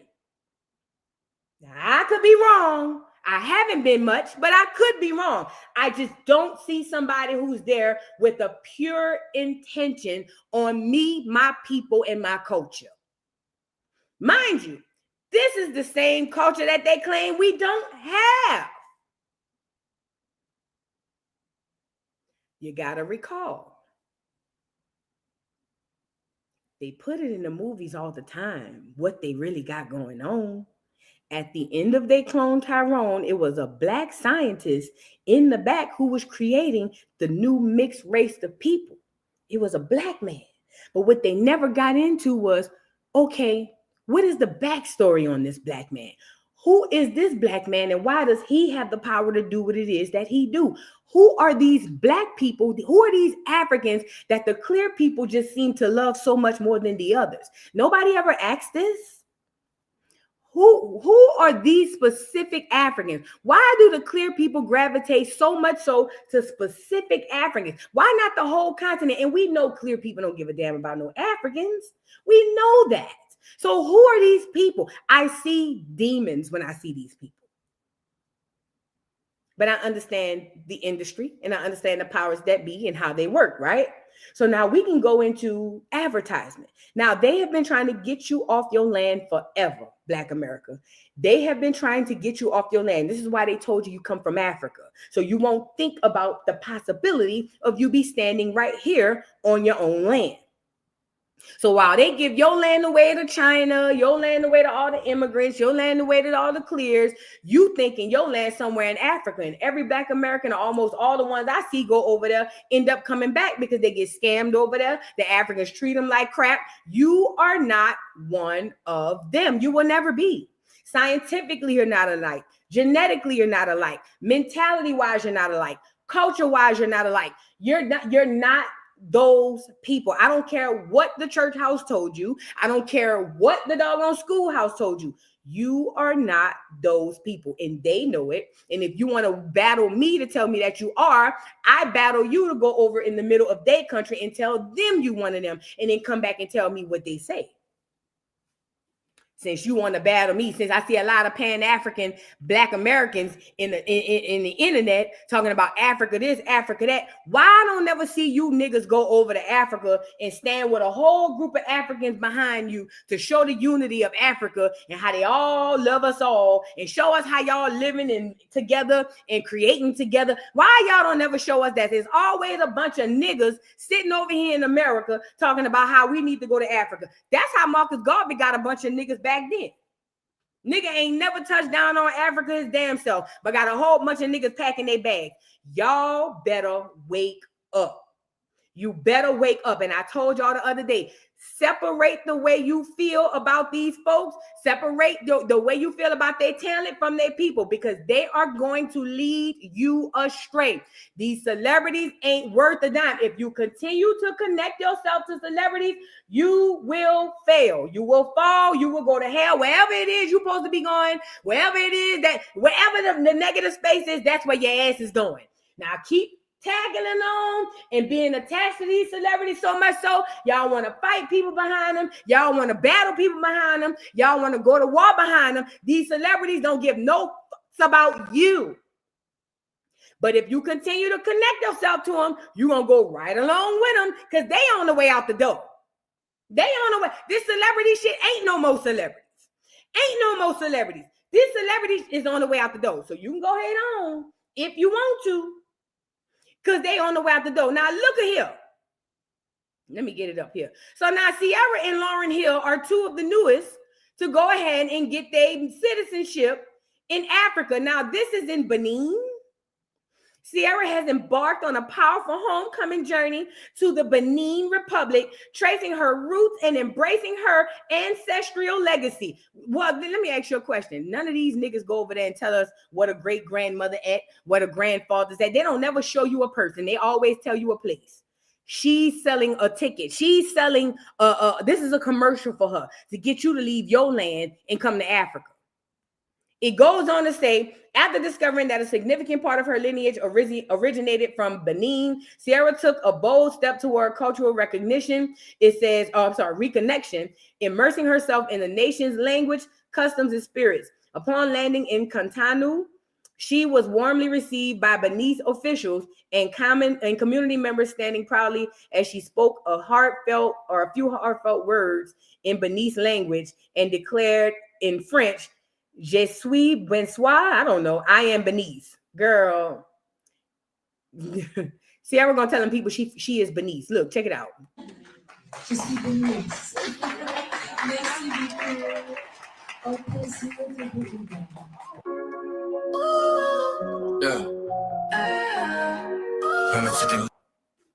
Let me tell y'all something. They just had Umar over there getting his citizenship in Ghana the other day, a few months ago. And then last week, he was on here crying, talking about he need help because he need money. This is not real. When you see celebrities go to these countries, I'm not saying that they're not really getting citizenship. What I'm saying is this is staged. This is a commercial. It's like Wakanda Forever. When you seen the movie, like y'all, I wanted to go to Africa. I want to go find Wakanda. That's what this is all about. What the powers that be are banking on is that you're too stupid to make your own decision. And this is the worst part. For the most part, they're right. So now they're going to grab all these celebrities and have these celebrities come over to Africa so that you could love could love Ciara so much and be so dumb of a fan behind her that whatever she does, I'll do. So then what they're hoping for is that Ciara takes her dumbest fans and have them do whatever it is that she's doing. So and unfortunately, there are going to be people who are fans of Ciara who are going to pack up their things and they're going to want to go to Benin. It's unfortunate, but it is true. This is not real. This is staged. It's fake.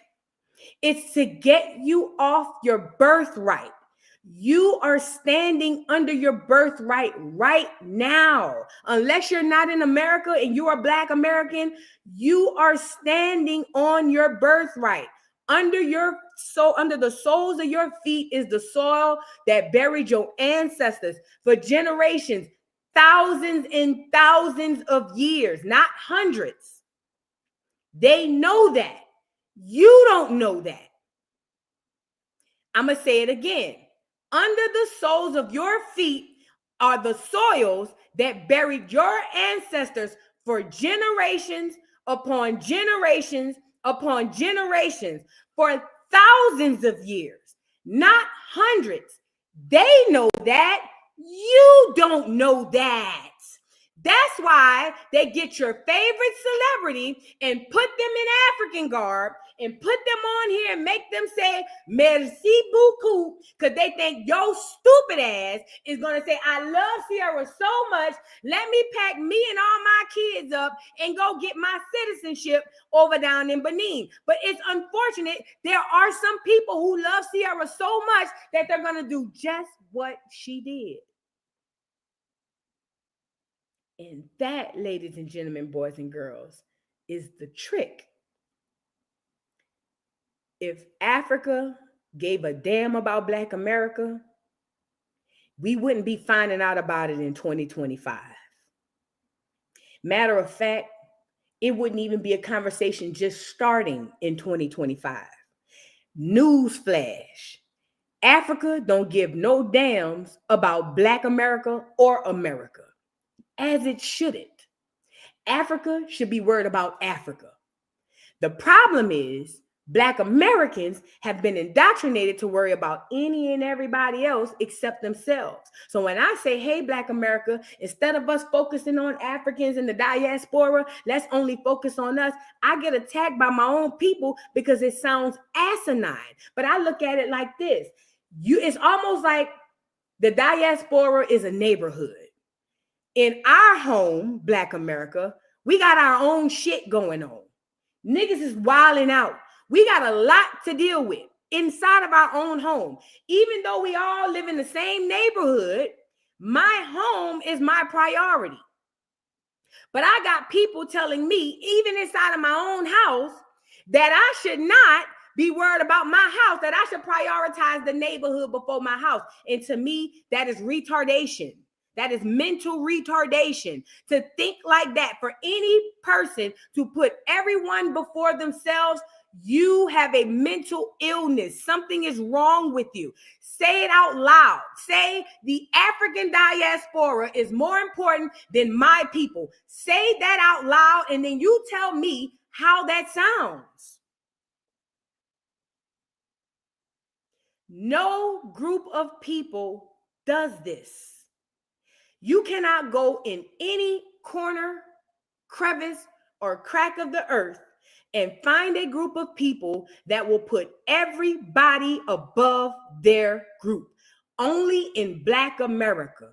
That's it.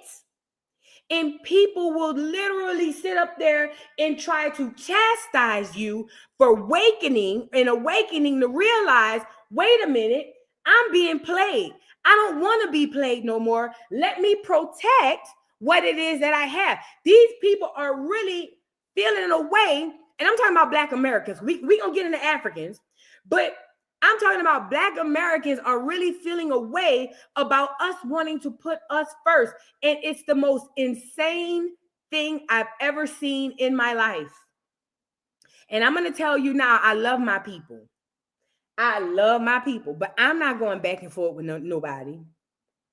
Believe what you want to believe.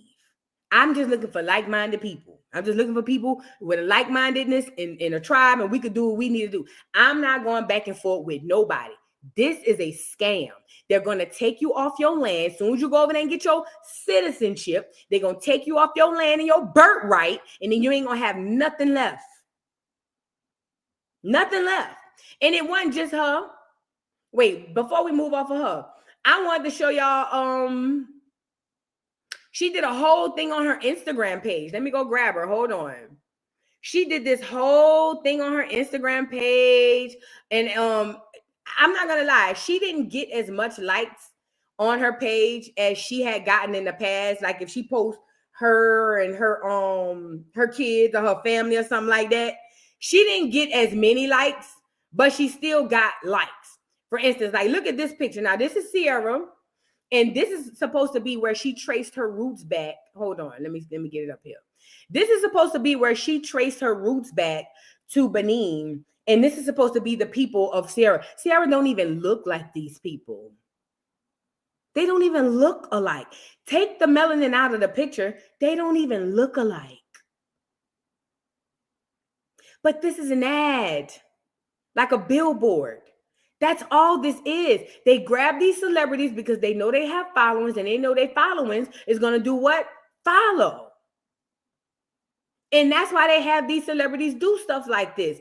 These people don't even look, they don't even have the same facial features and structures and things. Look. But you want us to believe that Ciara is Benin and she just went down there. Girl, Ciara is a celebrity. You think when you go bring your Black ass over there, the Benin people gonna be waiting for you? Welcome, my brother, sister.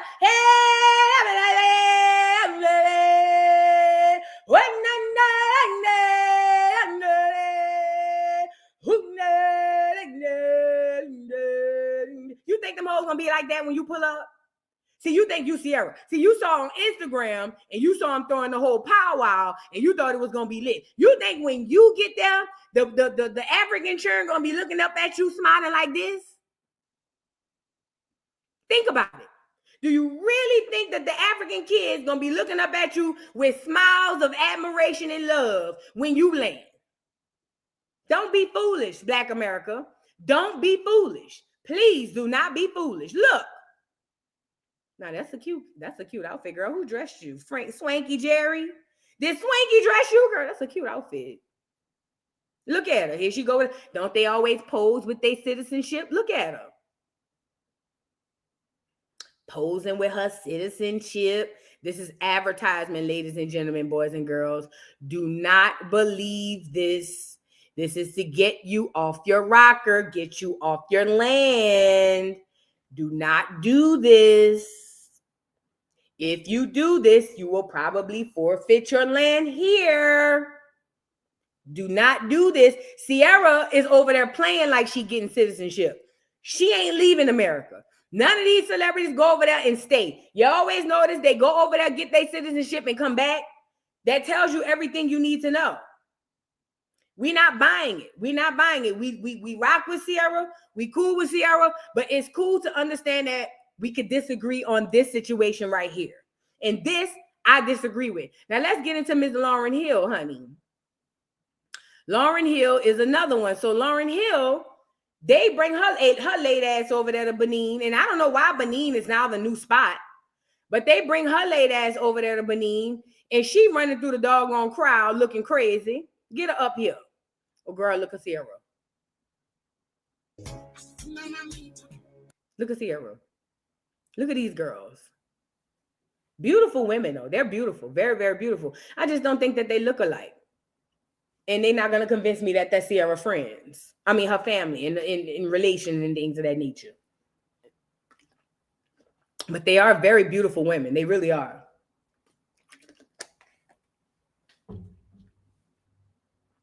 Ciara, girl, go leave. We not buying this. And you could like this and still understand that, yeah, this ain't my thing. Look at Lauryn Hill. So now they done got Lauryn out there. We ain't got there yet. That's the king is doing country music. We ain't got there yet. We'll get there in a second. There go Lauryn right here. You can't hide. Gonna find. So Lauryn is also out there. This is all advertisement, ladies and gentlemen, boys and girls. We can love the miseducation of Lauryn Hill and still say, hell no, Lauryn, bitch. You trying to miseducate us. No, ma'am. No, ma'am. No, thank you. But this is what they're doing. You're going to see more celebrities pop up. What they want you to do is forfeit your land rights here and go to Africa. Now, even if you decide you want to stay, I heard that they say once you gain citizenship over there and somewhere in Africa, from what I hear, they say that it's over. It's a wrap. As far as your citizenship, not citizenship, but as far as your birthright here. I don't know how true that is, but what I do know is these are ads and they're trying to get you off your land. And I personally would not chance it. Remember, this isn't the first Back to Africa movement we have. I want to say this is what, the third or fourth? We've had one in the 1800s. We've had one in the 1900s with Meatball. And here we go with one in the 2000s. They do this all the time. This ain't the first rodeo. Okay? This is not the first rodeo. This is how they go. This is how they roll. So the reason I'm telling y'all to separate yourself from the celebrity is because the thing is, what y'all don't understand is the celebrity is the sheep herder that's going to lead you off the cliff. If you follow a celebrity blindly, they are going to lead you to the pits of hell. You are not going, they are going to lead you astray. Everywhere negative you need to go, they will lead you there, okay? Do not follow these celebrities, please. If you follow these celebrities, you're gonna be messed up, I promise you. Now I want to get into Africa and this colonization. Let's start with the king is on the country music, since we were already there. So did y'all know that Kenya, yes, Kenya, them the long, tall Africans who be out there running for 30 years during the Olympics, them niggas. So they have a country music festival out there. And I had heard somewhere that they were trying to say that somehow country started somehow, somewhere. Listen, don't give me the line. I don't want to lie on these people, but I do want to share the country music festival that happens in Kenya. And we're going to get into why this is a problem. Let's get into it.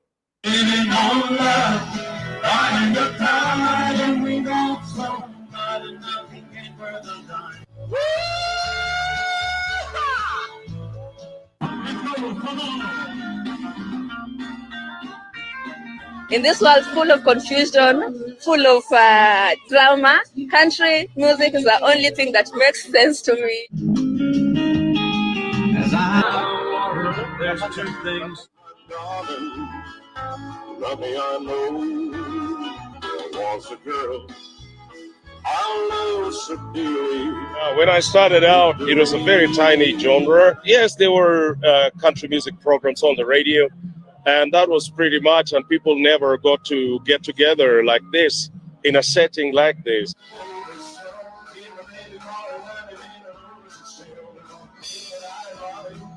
More people are getting to know about them. And this is what they do all the freaking time. They always try to hijack and take our stuff.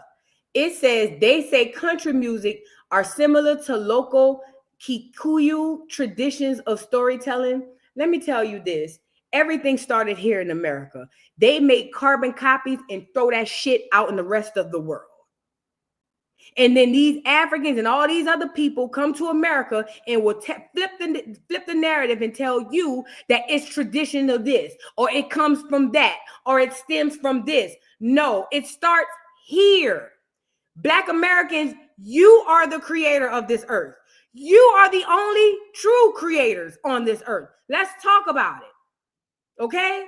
But what they've done is taken all of your creations and blasted them out all over the world. So now you got somebody from let's say Middle East who will say, oh, your name is Middle Eastern. No, bitch, it's American. It's mine. Just because y'all say it over there don't mean it started over there. And I need you guys to make sure you understand that, because I see this a lot. And we all know country music ain't got shit to do with Kenya and ain't got shit to do with Africa. But see how quickly they slid that in? Oh, it's just like our traditional Kuyuko. This ain't got nothing to do with that. We don't have the same cultures. And I hate it when y'all was over there clapping and bigging up Shabuzi. He is a Nigerian colonizer. I told y'all that when y'all was clapping for him. I got called a hater. I got called, oh, Vu, now you going too far. Oh, Vu, it don't matter because he black. He is a colonizer. How many black people, black Americans do country music? Why they chose him? How many black men in country music? Why did they choose Shabuzi with the fake wigs? Your culture is being stolen from you. But anyway, they are trying to now attach Kenya to country music. And it's by saying it's similar to local Kikuyu traditions of storytelling. Here you go. Watch. More people are getting to know about the messages that country portrays, because it's all about family, sad songs, love songs, heartbreak songs, talks about life generally. It's a dream come true to me to see a crowd like this today. I'm going down to the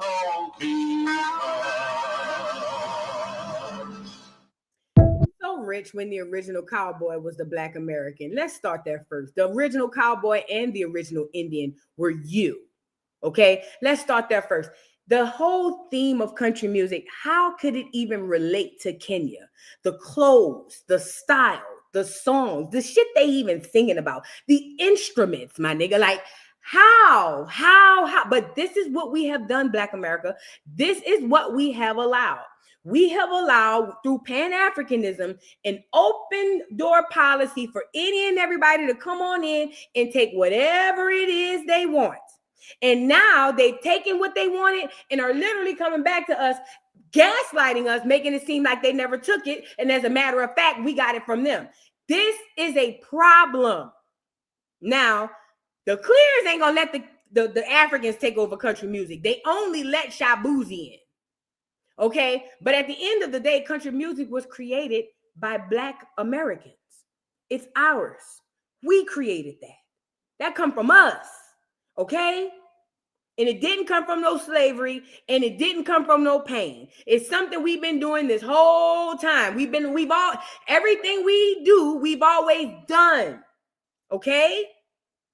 We didn't have to get whipped with slaves. We didn't have to be slaves and get whipped with whips across our back to make hip hop or to make a pot of greens. We was already knowing how to do that. Okay? But this is a very huge problem. Every single thing that we have, they are taking, but they're doing it on purpose. I told you, it's like a huge joke, and everybody is in on it, Black America. They look at you like a walking dollar sign. You are a walking opportunity, and everybody in their mammy is over there picking off of you, and picking off of you. And maybe it took the Africans to be so bold and ignorant for us to finally open our eyes to see it ain't just the Africans, it's everybody. So now we got Kenya hollering about country music and it being tricked. They always compare, oh, it's just like when we do this, it's just like when we do that. I don't give a damn. It ain't that. It ain't that. I don't care what it's like. It ain't that. Okay? That's all that matters. Now, I want to get into something I saw. Let me make sure I didn't pass anything up over here first. I just want to make sure I ain't pass nothing up really quickly. All right, now moving around, we need to get into gospel music. So apparently, the Africans have taken over gospel music in the executive roles. But let me say this as well: they don't just take over gospel music. Let's really be clear about this. Gospel music was sold. Not just gospel music, all our genres are sold. All of our culture is sold. I told y'all a long time ago, these people, the quote unquote enemy, I don't care what color you believe this enemy is. This enemy cannot be successful without the help of Black Americans. They need us to screw us. If we don't help them, they cannot be successful. Basically, what I'm trying to tell you is it's a crack on the inside. New Orleans is fighting with this very same situation. The clear people are trying to take the indigenous culture away from us in New Orleans. The second line culture, the zoo, all that stuff, they're trying to take it away. This is what they do. Okay? You are looking at it, or some people may look at it like, oh, well, it's just this, or oh, well, it's just that. That is how it starts. But what's happening is these people have gotten in these positions of power and gotten in positions to where they can be bold enough. See, at first they was just smiling, acting like it was all cool. Now they bold because of the people that we know and the people who are us.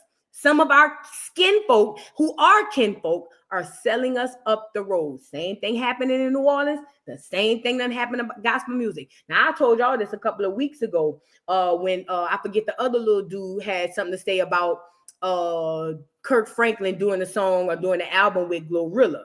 I told you niggas, I said, don't get mad at Glorilla. Get mad at this little nigga. Because I told you, he is one of the ones, not the only one, but Kirk Franklin is one of the ones who's lining his own pockets at the behest of the entire gospel community. Okay? Kirk Franklin don't give no damns about the family. Kirk Franklin don't give no damns about the church. Kirk Franklin don't give no damns about nobody but him and his size 4T pants. That's it. So he's sitting down with these people who's literally looking you straight in your face, telling you, get used to it, nigga, because we here and we ain't going nowhere. We taking over your culture. But now I ask my people, in this situation, do we keep tunnel vision on one of these people or on both of these people? Because my thing is, now I'm just as mad as Kirk Franklin as I am as the guy who's talking with the chest out. Because Kirk, if it wasn't for you, he wouldn't be here talking like that.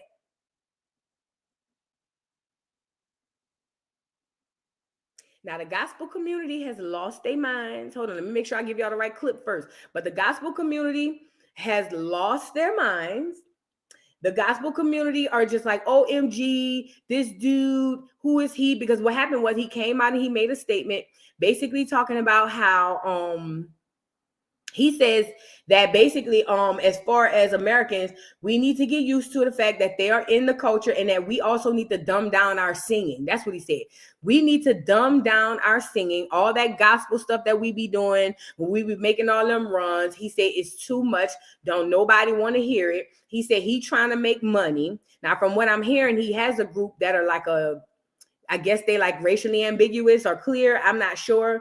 But he's on here basically telling the people in the gospel community that basically they doing too much and he can't make no money off of it. And basically nobody wants to hear gospel music the way in which we sing it and had been singing it since its inception. But remember, this is what happens. The Bible, and I'm only going to the Bible for you Bible thumpers that might be in the chat. The Most High told you, do not mix with them people. Yes, he did. Yes, he did. And if you don't know the scripture, somebody drop it in the chat. The Most High told you, do not mix with them people. But he also said that we are hard-headed, okay? Stubborn.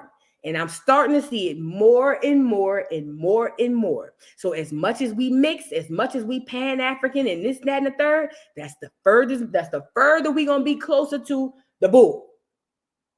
Now go ahead on. This is what happens when you mix. Listen to this. Now, this isn't the African dude. The other guy, his name is Norman. I can't pronounce his last name. At least he's kept a good last name, an African last name. But the other guy is the guy who's going to make the comment. Y'all, check this out.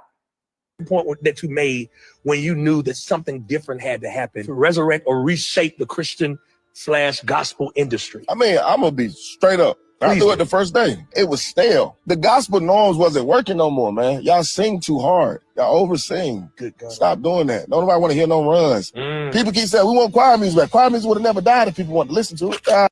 Point that you made when you... Ooh, I got a lot to unpack on this. You knew that something different had to happen to resurrect or reshape the Christian/gospel industry. I mean, I'm going to be straight up. Before I let him finish, I told y'all, no matter how much these people intermingle with you at work or in the streets, when they go home to little whatever country they come from. So if he's from Kenya, when he go home, he went home to little Kenya. If he was Jamaican, he go home to little Jamaica. If he was Nigerian, he goes home to little Nigeria. What do I mean? Inside the homes, these people do not practice Black American culture, meaning they don't go to our churches. That also means that they don't go to our, you know what I mean? They don't hang out with us. They don't do the things that we do. So when you see these people, because you were fooled by the skin color, and you see these people in your genre and they're smiling at first, then you see them later with this nonchalant F you attitude.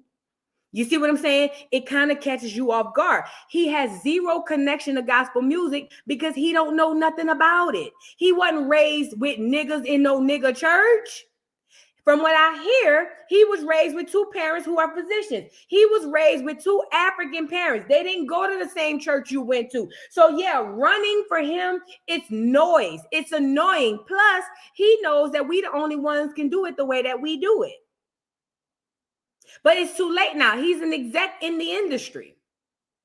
I mean, it's really not too late, but now he's an exec in the industry and he on here with this epic attitude, like y'all sing too hard. That's why nobody don't want to buy no gospel music. That's not why nobody don't want to buy gospel music. Let me let him say it. Hold on. The first day, it was stale. The gospel norms wasn't working no more, man. The gospel norms always worked. The problem is gospel was never for sale, sir. See, what happened to gospel was the Kirk Franklins and all these other people, not just him. He's just the one we see on Front Street. What happened to gospel was they put it up for sale. It was never meant to be a broad, wide distributed commodity or product. It was never anything for the world. It wasn't for wide consumption. It wasn't for any and everybody to turn on a random Wednesday and Thursday and slap their feet and stomp their feet and clap their hands. That's not what it's for. So it wasn't watered down. What happened was the people inside of the gospel community sold it out. They sold it out for fame, for money, for clout. People stopped wanting to be church and gospel and wanted the fame and clout. That's what happened. But see, he would know that because he never even went to Black American churches. He don't know nothing about Black American churches. All he see gospel music as is another business venture. That's it. That's all. He starts from his viewpoint. It's another part of Black American culture. I can come in, exploit, make $1 million off, and walk away. But he's starting to see that it ain't working out in his favor. Well, sir, it's not working out in your favor because you're trying to put a dollar sign on something that ain't meant to have one on it. You got to keep in mind the Black Americans inside of gospel music who are successful are solely successful due to the people inside of that community, not outside of it. I don't buy Yolanda Adams albums because I'm not in the community.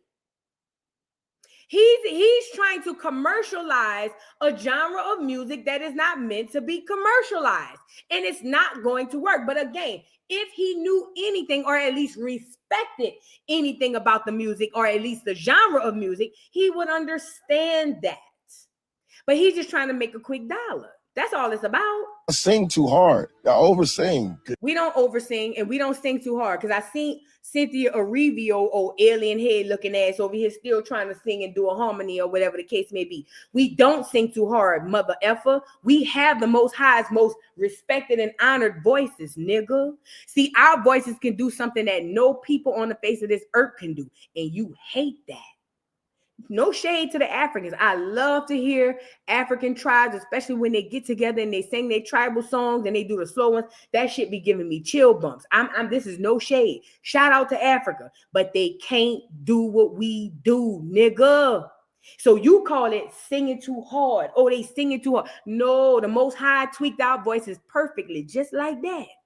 That's how the Most High wanted. And he made it sure only we could do it. See, right now to you is they singing too hard. They singing too hard. We ain't singing too hard, nigga. We singing just right. You get it? See, we the chosen people. So now it's too hard because those racially ambiguous girls that you got can't do it. Or the Clears can't do it. Or Cynthia Arevio, old egghead ass, can't do it. It ain't for you to do. And even if y'all practiced and practiced and practiced and practiced, you will always be without the soul of it all. It's not meant for you to do. It ain't hard. It's just not in you. It ain't on you. It ain't for you. Because see, as a Black American, I'm not even in the gospel. But if I hear gospel music, it touches something inside of me. I tingle, I get chill bumps, I cry depending on the song. That don't do nothing to them people. They lack that. There's a connection that we have to music. There's a connection spiritually, mentally, everything that we have that connects us to music. So when we hear the runs and we hear the organ and we hear the choir and we hear the harmony, it touches us, nigga. That wasn't made for you. That ain't for you. Carry your ass back to your village. That ain't for you. But you're trying to commercialize something that ain't for you to commercialize. And I hope the Most High don't let you do it. Stop doing that. Nobody want to hear no runs. People keep saying we want choir music back. Choir music would have never died if people want to listen to it. Choir music died because they tried to sell it, and people do want to hear the runs. It's just that the Africans or maybe the Clears you trying to sell the music to, they don't want to hear it, and I love it like that. I'm glad it's like that. That's by design. And if you blacken in gospel music, if you dumb your music down, everybody's going to be able to sing it, and they're going to take it away from you. Let me say that again. If you in the gospel music community and you dumb down your runs and you dumb down the way that you sing, they will take it away from you and then will tell you you don't own it, just like they did country music. And they will take it away from you and then rename it, give it back to you and tell you it's theirs. Do not dumb down. Matter of fact, you hoes better be look, chin to the sky. I want to swallow my pride. I need more runs than I ever had before. Because this is what makes us unique. This is what makes people from all over the world come and gravitate towards us. We don't go gravitate toward nobody. Everybody come gravitate toward us. That's why. So he doesn't see the value of the run. He doesn't see the value of the music because all he's worried about is the dollar. But he's already enriched and engulfed in the industry of gospel music. But carry your ass over there by contemporary. Where the clear people be over there saying, Jesus is the light of the world. Jesus is the... Yeah, go over there. Go over there. But let this be a lesson to the people in the church community because I'm hearing y'all are having a real hard problem with delineation. And I get it because they done told you that Bible, they told you in that book that the Garden of Eden was located in Africa. That's the sole source of this whole thing. All my Black American church folk, they told you that the locality, the location of the Garden of Eden is in Africa. And this is why you can't part with Africa.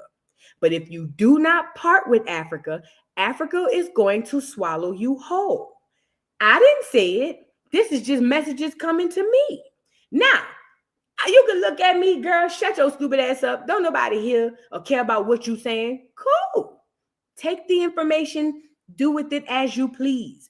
But if you remain on that mindset, and mind you, I'm going to show you some more videos. But if you remain in that mindset, you will be swallowed up. I promise you. I promise you. Let's get some more videos of this fool. He's a pompous, arrogant fool. He on here telling us that we need to just get used to the fact that they coming in to take our culture. Hold on, let me go get it. Y'all get the likes up. He says, no, this is the one when he's talking about convenience. And remember, we were talking about this when we were talking about the boycott. I told you the only reason that these African braid shops make it is because they sell us convenience. They know that all we care about is our convenience. I told you, if we continue to hold on to convenience, we will also be screwed. I said, let go of convenience. Some things are not going to be convenient. Well, this is the same guy doing an interview with Kirk Franklin, and he's talking about how because of convenience, basically that they're going to be moving in and doing whatever they want to do. Get the likes up. Disruption's going to happen. Now, you can adapt to it, or you can think that you're going to stop it. You're not going to stop convenience. We're in America. People love convenience. It's no different than when they were trying to stop Uber from happening, or DoorDash or Airbnb. Imagine telling some people 20 years ago, you're going to have random strangers living in your house when you're not there. You're going to get in the car with some guy you never met before. He's going to take you to your next location. Because disruption's going to happen. Now, you can adapt to it, or you can think that you're going to stop it. And you know what's crazy? It's so easy for a foreigner to come from somewhere else and tell you about disruption is going to happen, and y'all might as well get used to it because disruption is this and disruption. It's so easy when you live life on the road, isn't it? Isn't it very easily and conveniently easy, for someone who doesn't have a home? Because see, they say they have a home, but every time you see them, they ain't never there. So I'm going to go out on a limb and say they don't have a home. Whenever you see these folks coming to America telling us what we need to do and what's going to, it grinds my gears. But what grinds my gears even more is this motherless child sitting next to him, Kirk Franklin. Because it's people like Kirk Franklin who invite these people into the house that causes this to go left like it does.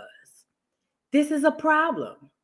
And this is not for me to say, go hate Kirk Franklin or we gonna hate on Kirk Franklin. Nothing like that. But it's just that we need to start calling out all sides of this thing. He is one of the main. Listen, if this was the mob and they found out them Africans was coming in to infiltrate, Kirk Franklin would have got popped too. If this was the mob. Yeah, they really are traveling gypsies. For real, Tawana. I'm not bullcrapping. They really are traveling gypsies. For real, for real. They really are. That's why they can come to your homeland and tell you what you're going to do. But I'm saying all this to say it bothers me looking at Kirk sitting up next to this man, knowing that you inviting this man into the gospel industry to take it over. And even if he don't think the man is going to take it over, you're not going to tell me that this man, that Kirk sees genuine, he sees anything genuine inside of this guy. He just seemed very nonchalant, very, oh well, matter of fact, oh well. I got another video. Hold on. Y'all get the likes up on the video, please. Have we liked the video, y'all? I can't even pronounce his last name, Giafi or whatever it is. It's going to overwhelm them. And what they were fighting was a tide that was going to overwhelm them. I think, you know, one of the main things I focused on was embracing change, because the change was coming. It was inevitable. It's like attempting to stop people from using AI now. Like music people are really anti-AI now. The change is inevitable. So either you're going to figure out a way to adapt to change, or the change is going to move you out the way. And what they were fighting was a tide that was going to. So, like I was saying, as you can see, it's the nonchalant, I don't give a F attitude for me. I don't like that. Again, this man is a guest in our home, but we just don't treat America like our home, because we've been taught that America or our home is in Africa. But these are guests in our home, literally sitting up here with other people. Listen, I'm gonna be real. If this was back in the day and we were in like times of war, Kirk Franklin little bitty ass would be tried up for treason. I ain't gonna hold you. If in my tribe, if it was his ass would be up for treason. Nigga, what? Because this man is not in gospel music to help it advance. He doesn't give a damn about gospel music. None of them do. They did the same thing with Essence Festival. Did we not see what they did to Essence Festival? Then they got the nerve when they asked him on the red carpet, what is culture? What is culture? Culture is home. Culture is Africa. Well, bitch, go back to Africa and throw you an Essence Festival then. It's a Jedi mind trick, people. They want you to believe that the homeland is Africa while they all running to come over here. Do you not see this?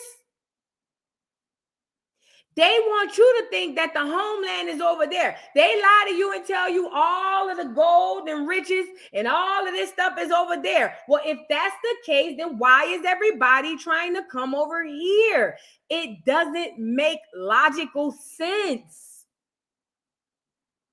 They're telling you you're African so that they can come over here and be American. Speaking of, I don't know if I don't think I, let me see. I don't think I got rid of that article because I forgot to show y'all this article that I wanted to show y'all. Here you go. Wait, is it? We'll get to it in a second. But no, yeah, this is what I'm saying though. This is what I'm saying.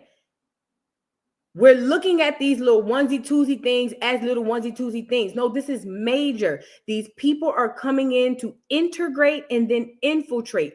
Malcolm told us this would happen. Now, the only thing Malcolm didn't know back then was that some of the enemies would look like us. These people are not our friends, and they are going to try to get into gospel music. And before you know it, they're going to try to take that over as well. They're trying to take over every genre of music we have. They remember, they're not coming here with nothing. They always coming in talking about their culture, their culture, their culture.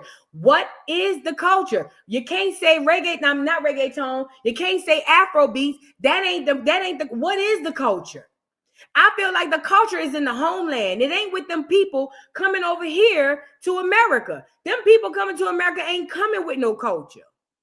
I think the real culture of those people in Africa are still back in Africa with those people. That's why if they had a culture that was worth anything, they wouldn't be coming over here trying to get into every freaking facet of ours. Country music, hip hop, gospel. If they coming with so much culture, why are they all up in ours? Because they not coming with no culture. I don't give a damn about no fufu. I don't give a damn about no jollof. I don't give a damn about none of that. They are not coming with a culture. They're coming empty-handed to take your culture, Black America. That's what they're coming to do. They ain't got no culture. I don't give a damn about none of that. If they had one, they'd come and try to sell it to us. They don't. They are the same, just like Malcolm said, the white hair, the white skin, what do you call them, blonde haired, blue-eyed devil. I see a nappy-head, brown-eyed devil too. And I said what I said. These people are not my friends. These people are not friends to Black Americans. These people are enemies to Black Americans. They are here to steal your birthright. They are here to steal your culture, your names, and everything else. Now take the information and do with it as you please. But I'm telling you what I know. They are here to steal your birthright, your culture, and everything. Hold on. Let me show y'all really quickly. I found something else I wanted to show y'all. Get the likes up on the video.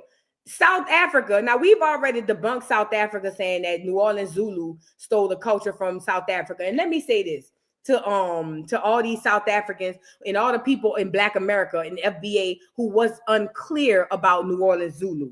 Let me say this because a lot of y'all didn't come on that live when shout out to Big Chief Top Cats came and broke it down. Let's start here first. Zulu culture started in New Orleans, Louisiana, not South Africa.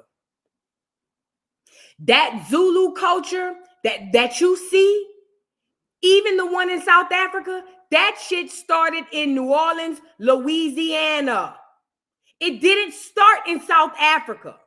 I get it. They showed you the movie Shaka Zulu, and you nignogs thought that it was so.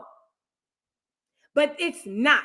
That culture comes from New Orleans, okay? Now, as it pertains to not understanding the blackface, it's one thing to say I don't understand it, but it's a whole nother thing for these people to try to point at us and say we stole something from them when the fact of the matter is, and I just put a video up with a lady from South Africa admitting it, they got it from us. Everything they get, they got from us. This is South African hip hop we watching right here. Everything they have, they got from us. Everything. Everything. It has never been the other way around. It has always been what I am telling you. These people are coming to you. If they have such rich cultures, they would not be copying you so hard. They don't have these rich cultures. Or even if they do, they feel like yours is richer. No matter what it is, the point I'm making is everything that we do here, they go back, copy it there, and then come back to us and tell us that, oh yeah, see, the reason you do that, nigga, is because we were doing it in Africa first. No, bitch. Most of them tribes wasn't even what they was when we was doing it back here. But here we are with South African hip hop. If you look at the video, you think this nigga in LA. You wouldn't even know he was in South Africa. Look at how cold you are, Black American. Look at how cold the Most High made you. You got mother pluckers who don't know a word of English, looking like you, walking like you, talking like you, acting like you, dressing like you, doing their hair like you. I'm talking about don't know a lick of English. And these mother pluckers are walking around like carbon copies. You should pat yourself on the back. And you should also not only pat yourself on the back, big yourself up to let nobody come to you and tell you that you don't have culture, because the whole world wants to be us. I mean, obviously until it's time to really be us, but the whole world want to be us. And that's okay. And a nigga ain't gonna make me feel bad for saying that. For too long, we've been letting y'all tell us we ain't got no culture. Now we about to big up our chest. We have to beat on our chest. So in South Africa, they doing videos like doggone new videos in America. And look at this man. Now, this man that got me. This the man who got me. I told you they coming for every facet. Now, according to this fool, this man said the first rap song happened in Africa, but he's trying to relate it to some other stuff that they had going on in Africa. I told you. We just saw it with gospel music. We gonna see it with country. We saw it with country. We saw it with gospel music. We saw it with country. Now here come an African saying that this rap was first done in the 70s, but it really comes from an old traditional Ghana. It's all a bunch of bull. Look, check it out. I told y'all, y'all gonna get the word. Y'all gonna get this truth. This is the man who recorded the first ever rap song in Africa. His name is Dez Ambule. Hey. Now, even though rap started in Africa by griots before coming, I'm gonna rewind him.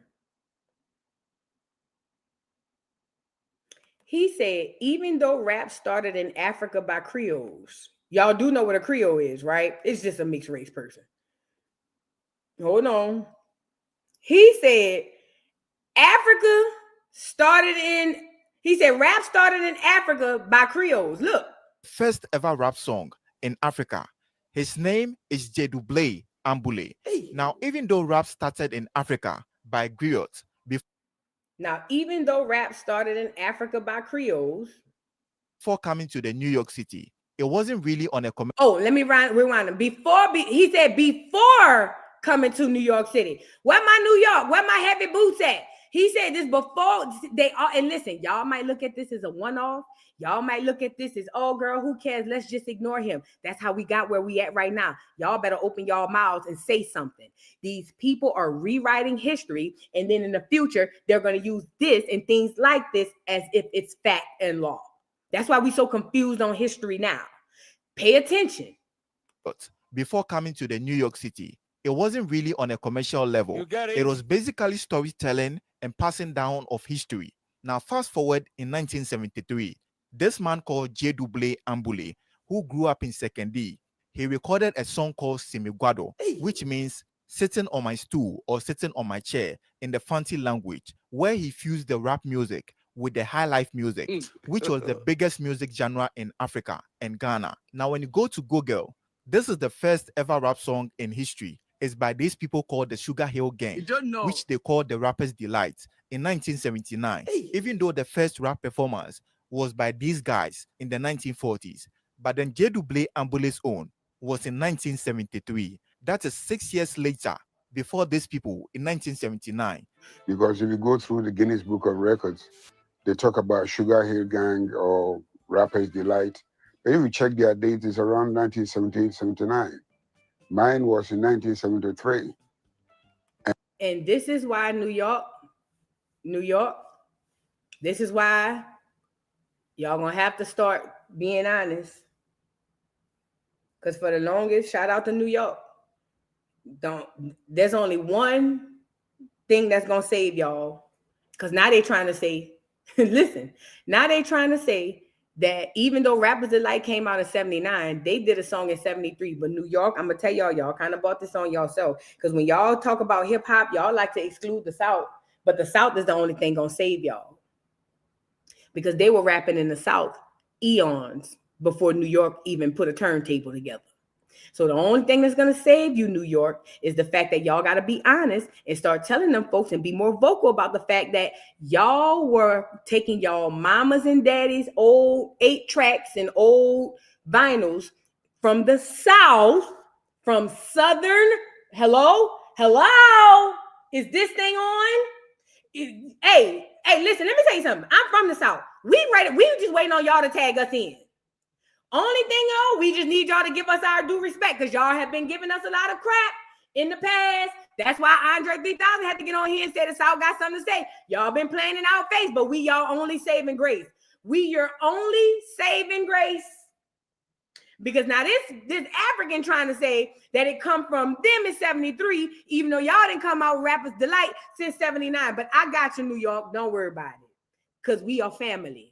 We are family like a drying tree, or whatever the lady be saying. It's impossible for this brother, this man, because he's not my brother. It's impossible for this man to say that rap started by whoever this man is in the 70s, because he did a quote unquote rap song in the 70s when this is what we know. Them Africans been coming back and forth to America since before colonization. Oh, yeah. They've been trading and going back and forth. They've been watching. They've been taking little 1, 2 yin yings and bringing it back. Just like my original, not my original, but just like my intro song. You would think that the people in New Orleans are copying the Africans in Africa. But what people don't understand is the people from New Orleans ain't never been to Africa. But we were taught that everything comes from the motherland, so we just associate it like that. But that's not the case. What they don't know is someone came from that tribe in Africa to New Orleans and saw them in New Orleans dancing the way that they dance, and that is how they brought it back and made this such a horrible dance, and it's such a hard dance to do that nobody's gonna get it. The South is going to save you, baby. There's no way that this man can say anything about 73 or any of these guys because we were rapping in the South eons before 73. Eons. But again, it's about delusion. This man from Ghana, mind you, Ghana ain't but what, since the 60s? This man is trying to say that rap started from some weird random dude in 73 who probably visited somewhere in South America, not South America, south of North America, and went back and made a song. Or at least he cool with somebody. Remember, Black Americans were taking in Africans as doggone foreign exchange students and all that stuff. It was us who was making it comfortable for them to even come here. Mike did this during the civil rights movement. So when he's on here saying it started in the 70s with this dude, I'm like, oh my God. But again, Black America, let this be a lesson to you. They say they got all this culture, yet they come to steal ours, right? Now look at this man gonna get on here and say that he the real rapper. Talking about his came out in 73. These people are delusional. These got to be the people the Most High said don't mix with. This got to be them. 1979. Because if you go through the Guinness Book of Records, they talk about Sugar Hill Gang or Rapper's Delight. But if you check their dates, it's around 1978, 79. Mine was in 1973. And wholly, everything originated from Africa anyway. That! Did you catch it? Because see, that's what this is all about. What people believe. He said, well, everything originates from Africa anyway. Let him run it back because that's what it's all about. Like I said, if you let people talk long enough, you'll hear the truth. Look. Mine was in 1973. And wholly, everything originated from Africa anyway. Everything originated from Africa anyway. It's the mindset. Even you. They even probably look at us as subhuman or at least less than them because they believe everything originates from Africa. And this is why the delineation movement is not only necessary, it needs to be mandatory at this point because there's no such thing as everything comes from Africa. Everything does not come from Africa. You let a white man come and tell you that and we don't even know where he indigenous to. Everything does not come from Africa. I do not come from Africa. I don't know nothing about Africa. Hardly nobody in my family don't know nothing about Africa. Generations and generations beyond. We do not come from Africa. He thinks that just like the rest of us were taught that everything that we do, that's a way to take and extract everything that we own and give it to Africa. Meanwhile, these Africans can come over to America and do nothing but sit there with their hands out, waiting for us to give them all of our stuff. Because everything come from Africa anyway. None of this shit come from Africa. Because if it did, if this stuff came from Africa, they'd be doing it in Africa. Does that make sense? If this stuff came from Africa, there will still be people there right now who's still doing it in Africa. That's how you know it don't come from Africa. If it came from Africa, you'd be doing it in Africa. You wouldn't have to come to America to get it from here. You can get it from Africa.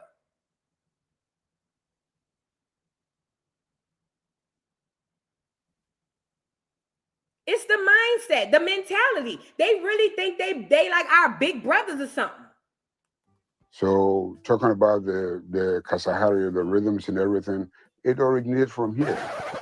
Now, Dz Ambule's music was inspired by the Western music and the Kologo music from the Frafra people in the upper east of Ghana, which is also the oldest music genre in Ghana.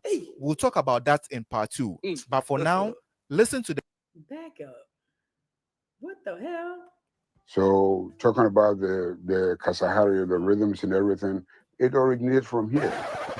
Now, Dz Ambule's music was inspired by the Western music. Everything is inspired by this man. This is what we know. Now, he added another African in there and then try to say that's what created this man's sound. But nigga, like any and everybody else, just like today, they all follow our trends. So whatever this African man went back and created, he got it from here. You have to untrain your brain to get out of Africa. I need Black American to get your brain out of Africa. You need to exit out of Africa. Exodus. Yeah, y'all got to exit out of Africa. I need Black Americans to mentally leave Africa. Let my people go. Africa got my people in a chokehold. It's right here in your face. James Brown ain't never heard no African music and made no music, but they heard James Brown and made African music. Make it make sense. It's right here in your face. I don't care what this man say. He gonna say, oh yeah, it's a little Western music. He wouldn't even mention James Brown's name. He said Western music, and then they put James Brown picture up. I need Black Americans to get up out of Africa. I need y'all to exodus out of Africa, Black America. You're gonna get swallowed up. I promise you. Check them out. Look. Music and the Kologo music from the Frafra people in the Upper East of Ghana, You got it? which is also the oldest music genre in Ghana. How old is Ghana? Ghana is 68 years old as a modern independent nation. So if this is the oldest genre of music in Ghana, then what does that say?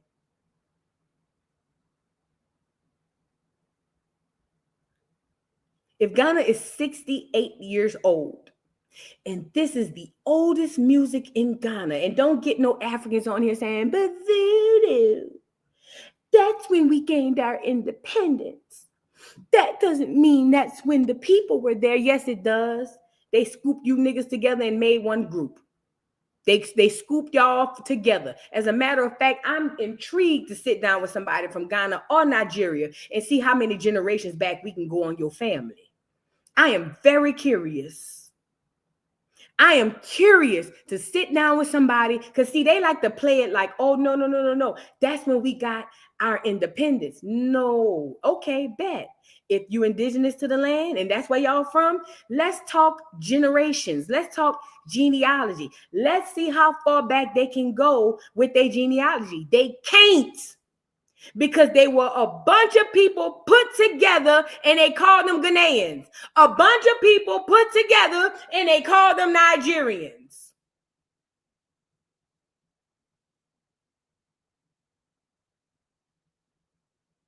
So if Ghana is only 68 years old, that being the oldest tradition or oldest genre of music in Ghana says what? Nothing. Absolutely nothing. James Brown was getting down more than 68 years ago. What the hell?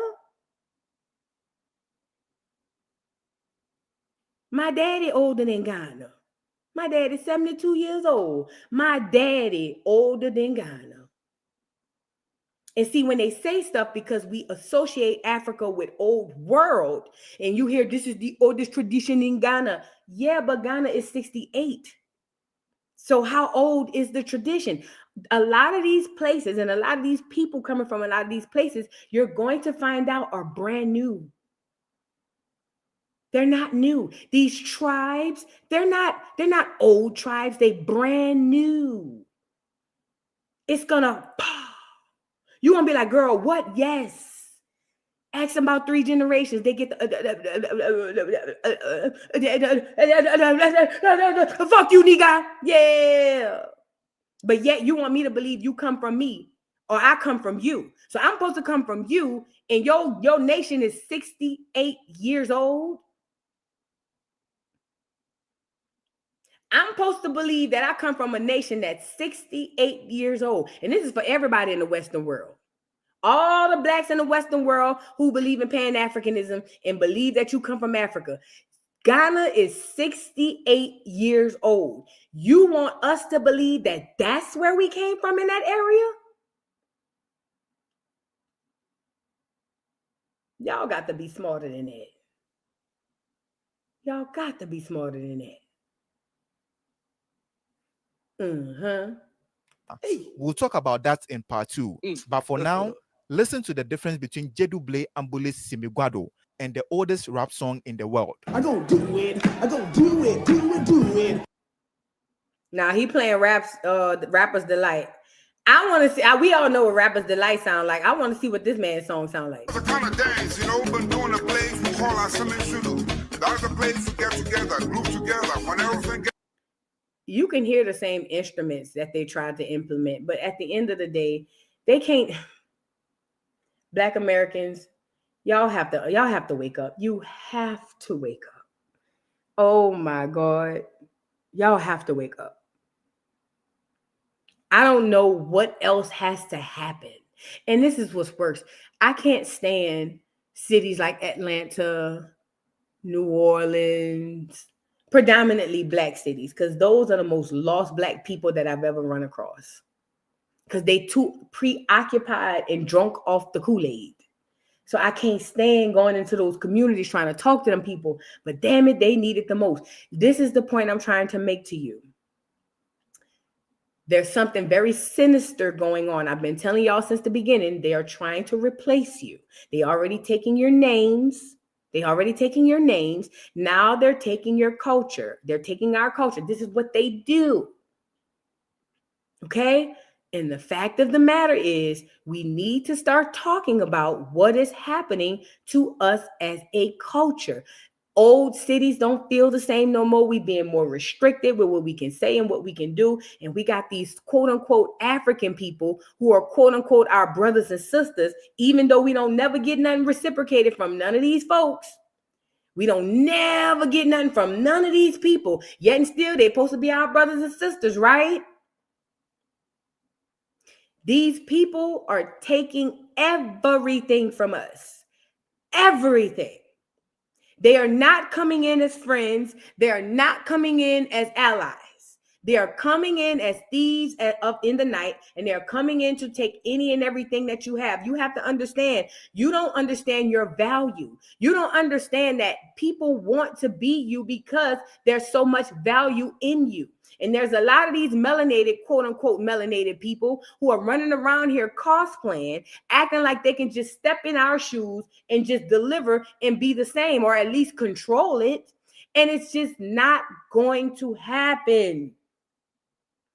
At least if we do something about it. If we don't do anything about it, it'll be swept right from under our feet. And it'll be a crazy day if you realize what would happen if y'all realized that the actual real enemy wasn't the clear man. What if it was somebody melanated? What if the real enemy were melanated people? How would that make you feel? Y'all need to start sitting with that. Because see, white supremacy, that's something we're going to deal with. We've been dealing with, and we got to continue to deal with. But y'all not looking at this other boogeyman right here. There's a silent boogeyman that's been sitting on this other side of our shoulder for how long? And y'all have been walking around like this boogeyman ain't here. And now the nigga done took the mask off, and some of us still can't see it. Don't listen to those people, even if they FBA, who tell you you're wrong for wanting to put you first. That is a mind trick. That is bull crap. No one else puts other people before their group. You are the only group of people, Black Americans, who put other people before your group. Do not let them shame you or embarrass you into feeling like that's what you have to do, because you do not have to do that. As a matter of fact, it would be stupid of you to do that. It would be asinine. It would be self-suicide if you were to do that as a people. It just is what it is. Right, Riri? Right, little cuz? 2/3, fat. 2/3. You ain't lied. You ain't lied yet. You ain't lying yet. I think I answered this one, but thank you again, Ken. Krista Nicole, thank you for becoming a new member. Thank you so much. Cosmic Sun Soul, thank you for the super chat. I appreciate you. Shout out to y'all in the building. Y'all get the likes up. Tawana Christian, thank you for the super chat, says these demons brought their own countries down to the ground with witchcraft and blood sacrifices. Oh, yes. The clear people were created in Africa as a weapon against God's children. And I believe that with my whole chest. You know, the Muslims used to preach that, allegedly. But I believe that with my whole chest, Tawana. Yes, I do. Yes, I do. Yes, I do. And if I gotta look crazy, fine. I don't care. But I'm gonna keep saying what I'm saying. Thank you for the super chat. Cosmic Sun Soul. I want to show y'all something before we get off of here, too. Thank you for the super chat. Cosmic says, don't let these celebs fool y'all. Y'all gonna get ate up. For real. We gotta detach ourselves from celebrities. We have to.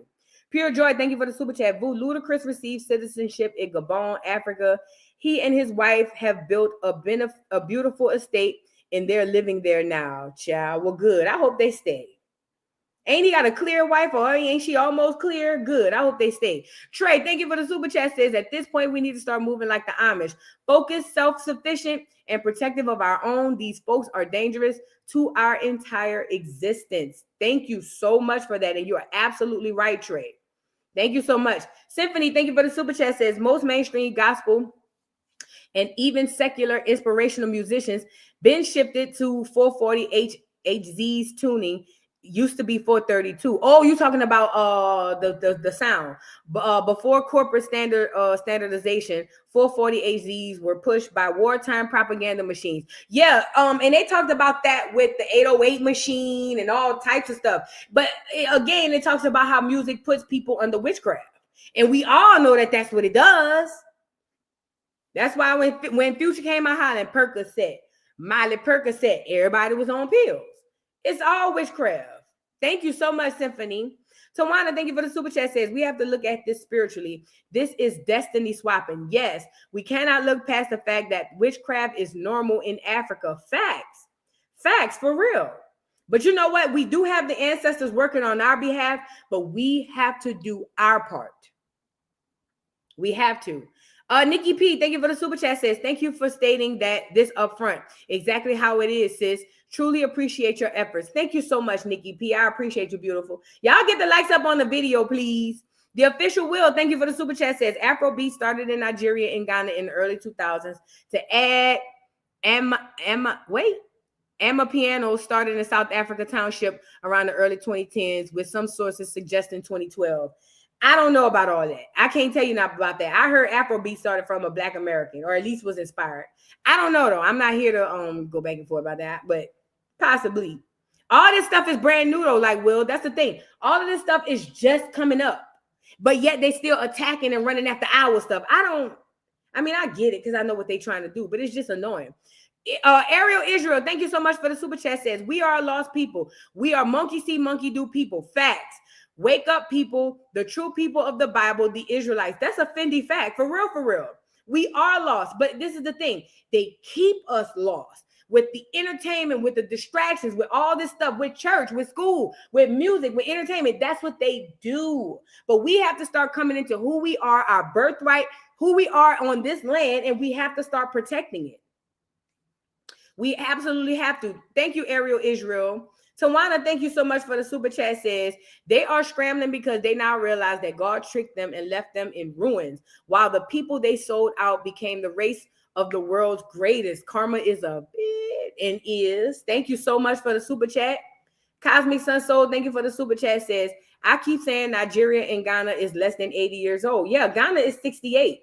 Let me see how old Nigeria is. How old is Nigeria? 64. 64. So Ghana is 68. Nigeria is 64. You tell me what that, how does, yeah. But they coming over here with all the culture though. Make it make sense. Make it make sense. 9, thank you so much for the super chat. Says if everything originated in Africa, then their countries would have been up and doing great, and they wouldn't have been running over here. Facts. If all this stuff, if everything originated in Africa, then why are they running over here? Why they don't have running water in a lot of places? Why don't they have toilets in a lot of places? Why are some people bathing outside? If everything started there, it never made sense to me. It never. Autumn Marie, thank you for the super chat. Says they call them counterfeit spirits. Ooh, I can see it. Symphony, thank you for the super chat. Says let's do what the Sentinel Island does. Facts. And you know, them people, that's them people on that island that be killing people as soon as they think about coming over there. Savannah Dog, thank you for the super chat. Did you see North Carolina representative identify as ADOS in a House speech, joining Republicans in voting to deport immigrants. Also, I asked you about the 4 books last week. I was referring to books you suggested for learning our history. Oh, okay. Yeah, hit me up in the email, Savannah doll. I know what you're talking about, because I think I remember the conversation that I was having. But hit me up in the email. I got you. Yeah, I'm going to pull her up in a second. And Donna, thank you for the super chat, says, happy 51st birthday to me. Happy birthday, Donna. Oh, happy birthday. Thank y'all so much for coming up on the live. I want to show y'all something right quick. Remember I was telling you guys about some of the set-asides that the Africans, or not just Africans, that a lot of these immigrants come in and get when they come in. We were talking about scholarships and stuff the other day. I forgot to share this article with y'all about what some of the things these people come in and get, okay? It says, what are scholarships? Well, first of all, scholarships for immigrants and refugees, right? It says, do you need help applying for a college or university? Find the list of national and state scholarships for immigrants and refugees, okay? And then it goes on to tell you what a scholarship is. And it says some scholarships may pay for full tuition while others offer a certain amount of money. You do not need to pay back a scholarship. Now, mind you, these people are not coming in getting student loans. They coming in getting scholarships and or grants, okay? The list below includes scholarships for immigrants, children of immigrants, refugees, and undocumented students. It is broken out into these categories. So now pause. If you're undocumented, you can still go to school, college, under these free programs. Mind you, Black Americans go to school, we come out with tons of debt because we got to go and get all these student loans. They act funny with the grants. They act funny with the financial aid. Yet and still, someone undocumented can walk right in and get all these educational benefits. Check them out. So they got national scholarships, scholarships by states, scholarships by field. The Latino and Hispanics got their own. Students of African descent have their own. The Asian, Southeast Asian, and Pacific Islander students have their own. The Arab student has his own. The migrant worker families, they have their own. New Americans or first generation immigrants, they have their own. Undocumented students, they got one. Refugees or asylum seekers, they got one. Scholarships for women. So all you got to do is be a refugee and a woman. They get a scholarship. You get a scholarship. You get a scholarship. And mind you, it says on the site that scholarships are monies that you do not have to pay back. Hold on. Because I'm mad. I owe $40,000 in student loans. Okay? Okay. What are scholarships? Scholarships are money awarded to help you pay for your education. Many students apply for scholarships to help them pay for college in the USA. Some scholarships pay your full tuition while others offer a certain amount of money. You do not, in bold, need to pay back a scholarship. So yes, our kids, I just got a daughter graduated from college. I graduated from college twice. I know a lot of people in my family graduated from college, and we can't get these scholarships. Mind you, these are the set-asides that our ancestors were fighting for. These are the ones they got hit for, beat for, kicked for. But wait, there's more. How else can I pay for school? Oh, if those scholarships aren't enough, the FAFSA, the American government, will also give you grants. It says you can also apply for grants and loans to pay for your education. You do not have to pay back grants. You can apply for a loan, which is money you borrow to attend a college or university. In most cases, you must repay the loan with interest. Now, if you undocumented, or even if you documented and you're not a citizen, what are the odds of those people paying back those student loans? What are the odds of those student loan companies assuming that those people would pay back said student loans? Do you understand what I'm saying to you? So not only do they have their own specific scholarships, mind you, the Africans like to say that they don't get these set-asides, that they only get this, that this is only for the clears. And don't get me wrong, I know they suffer some sort of prejudice as far as how they give them out, but that ain't got nothing to do with me. These are the people who will tell you they don't get no scholarships. We came here, we work hard. My mother, my father, we work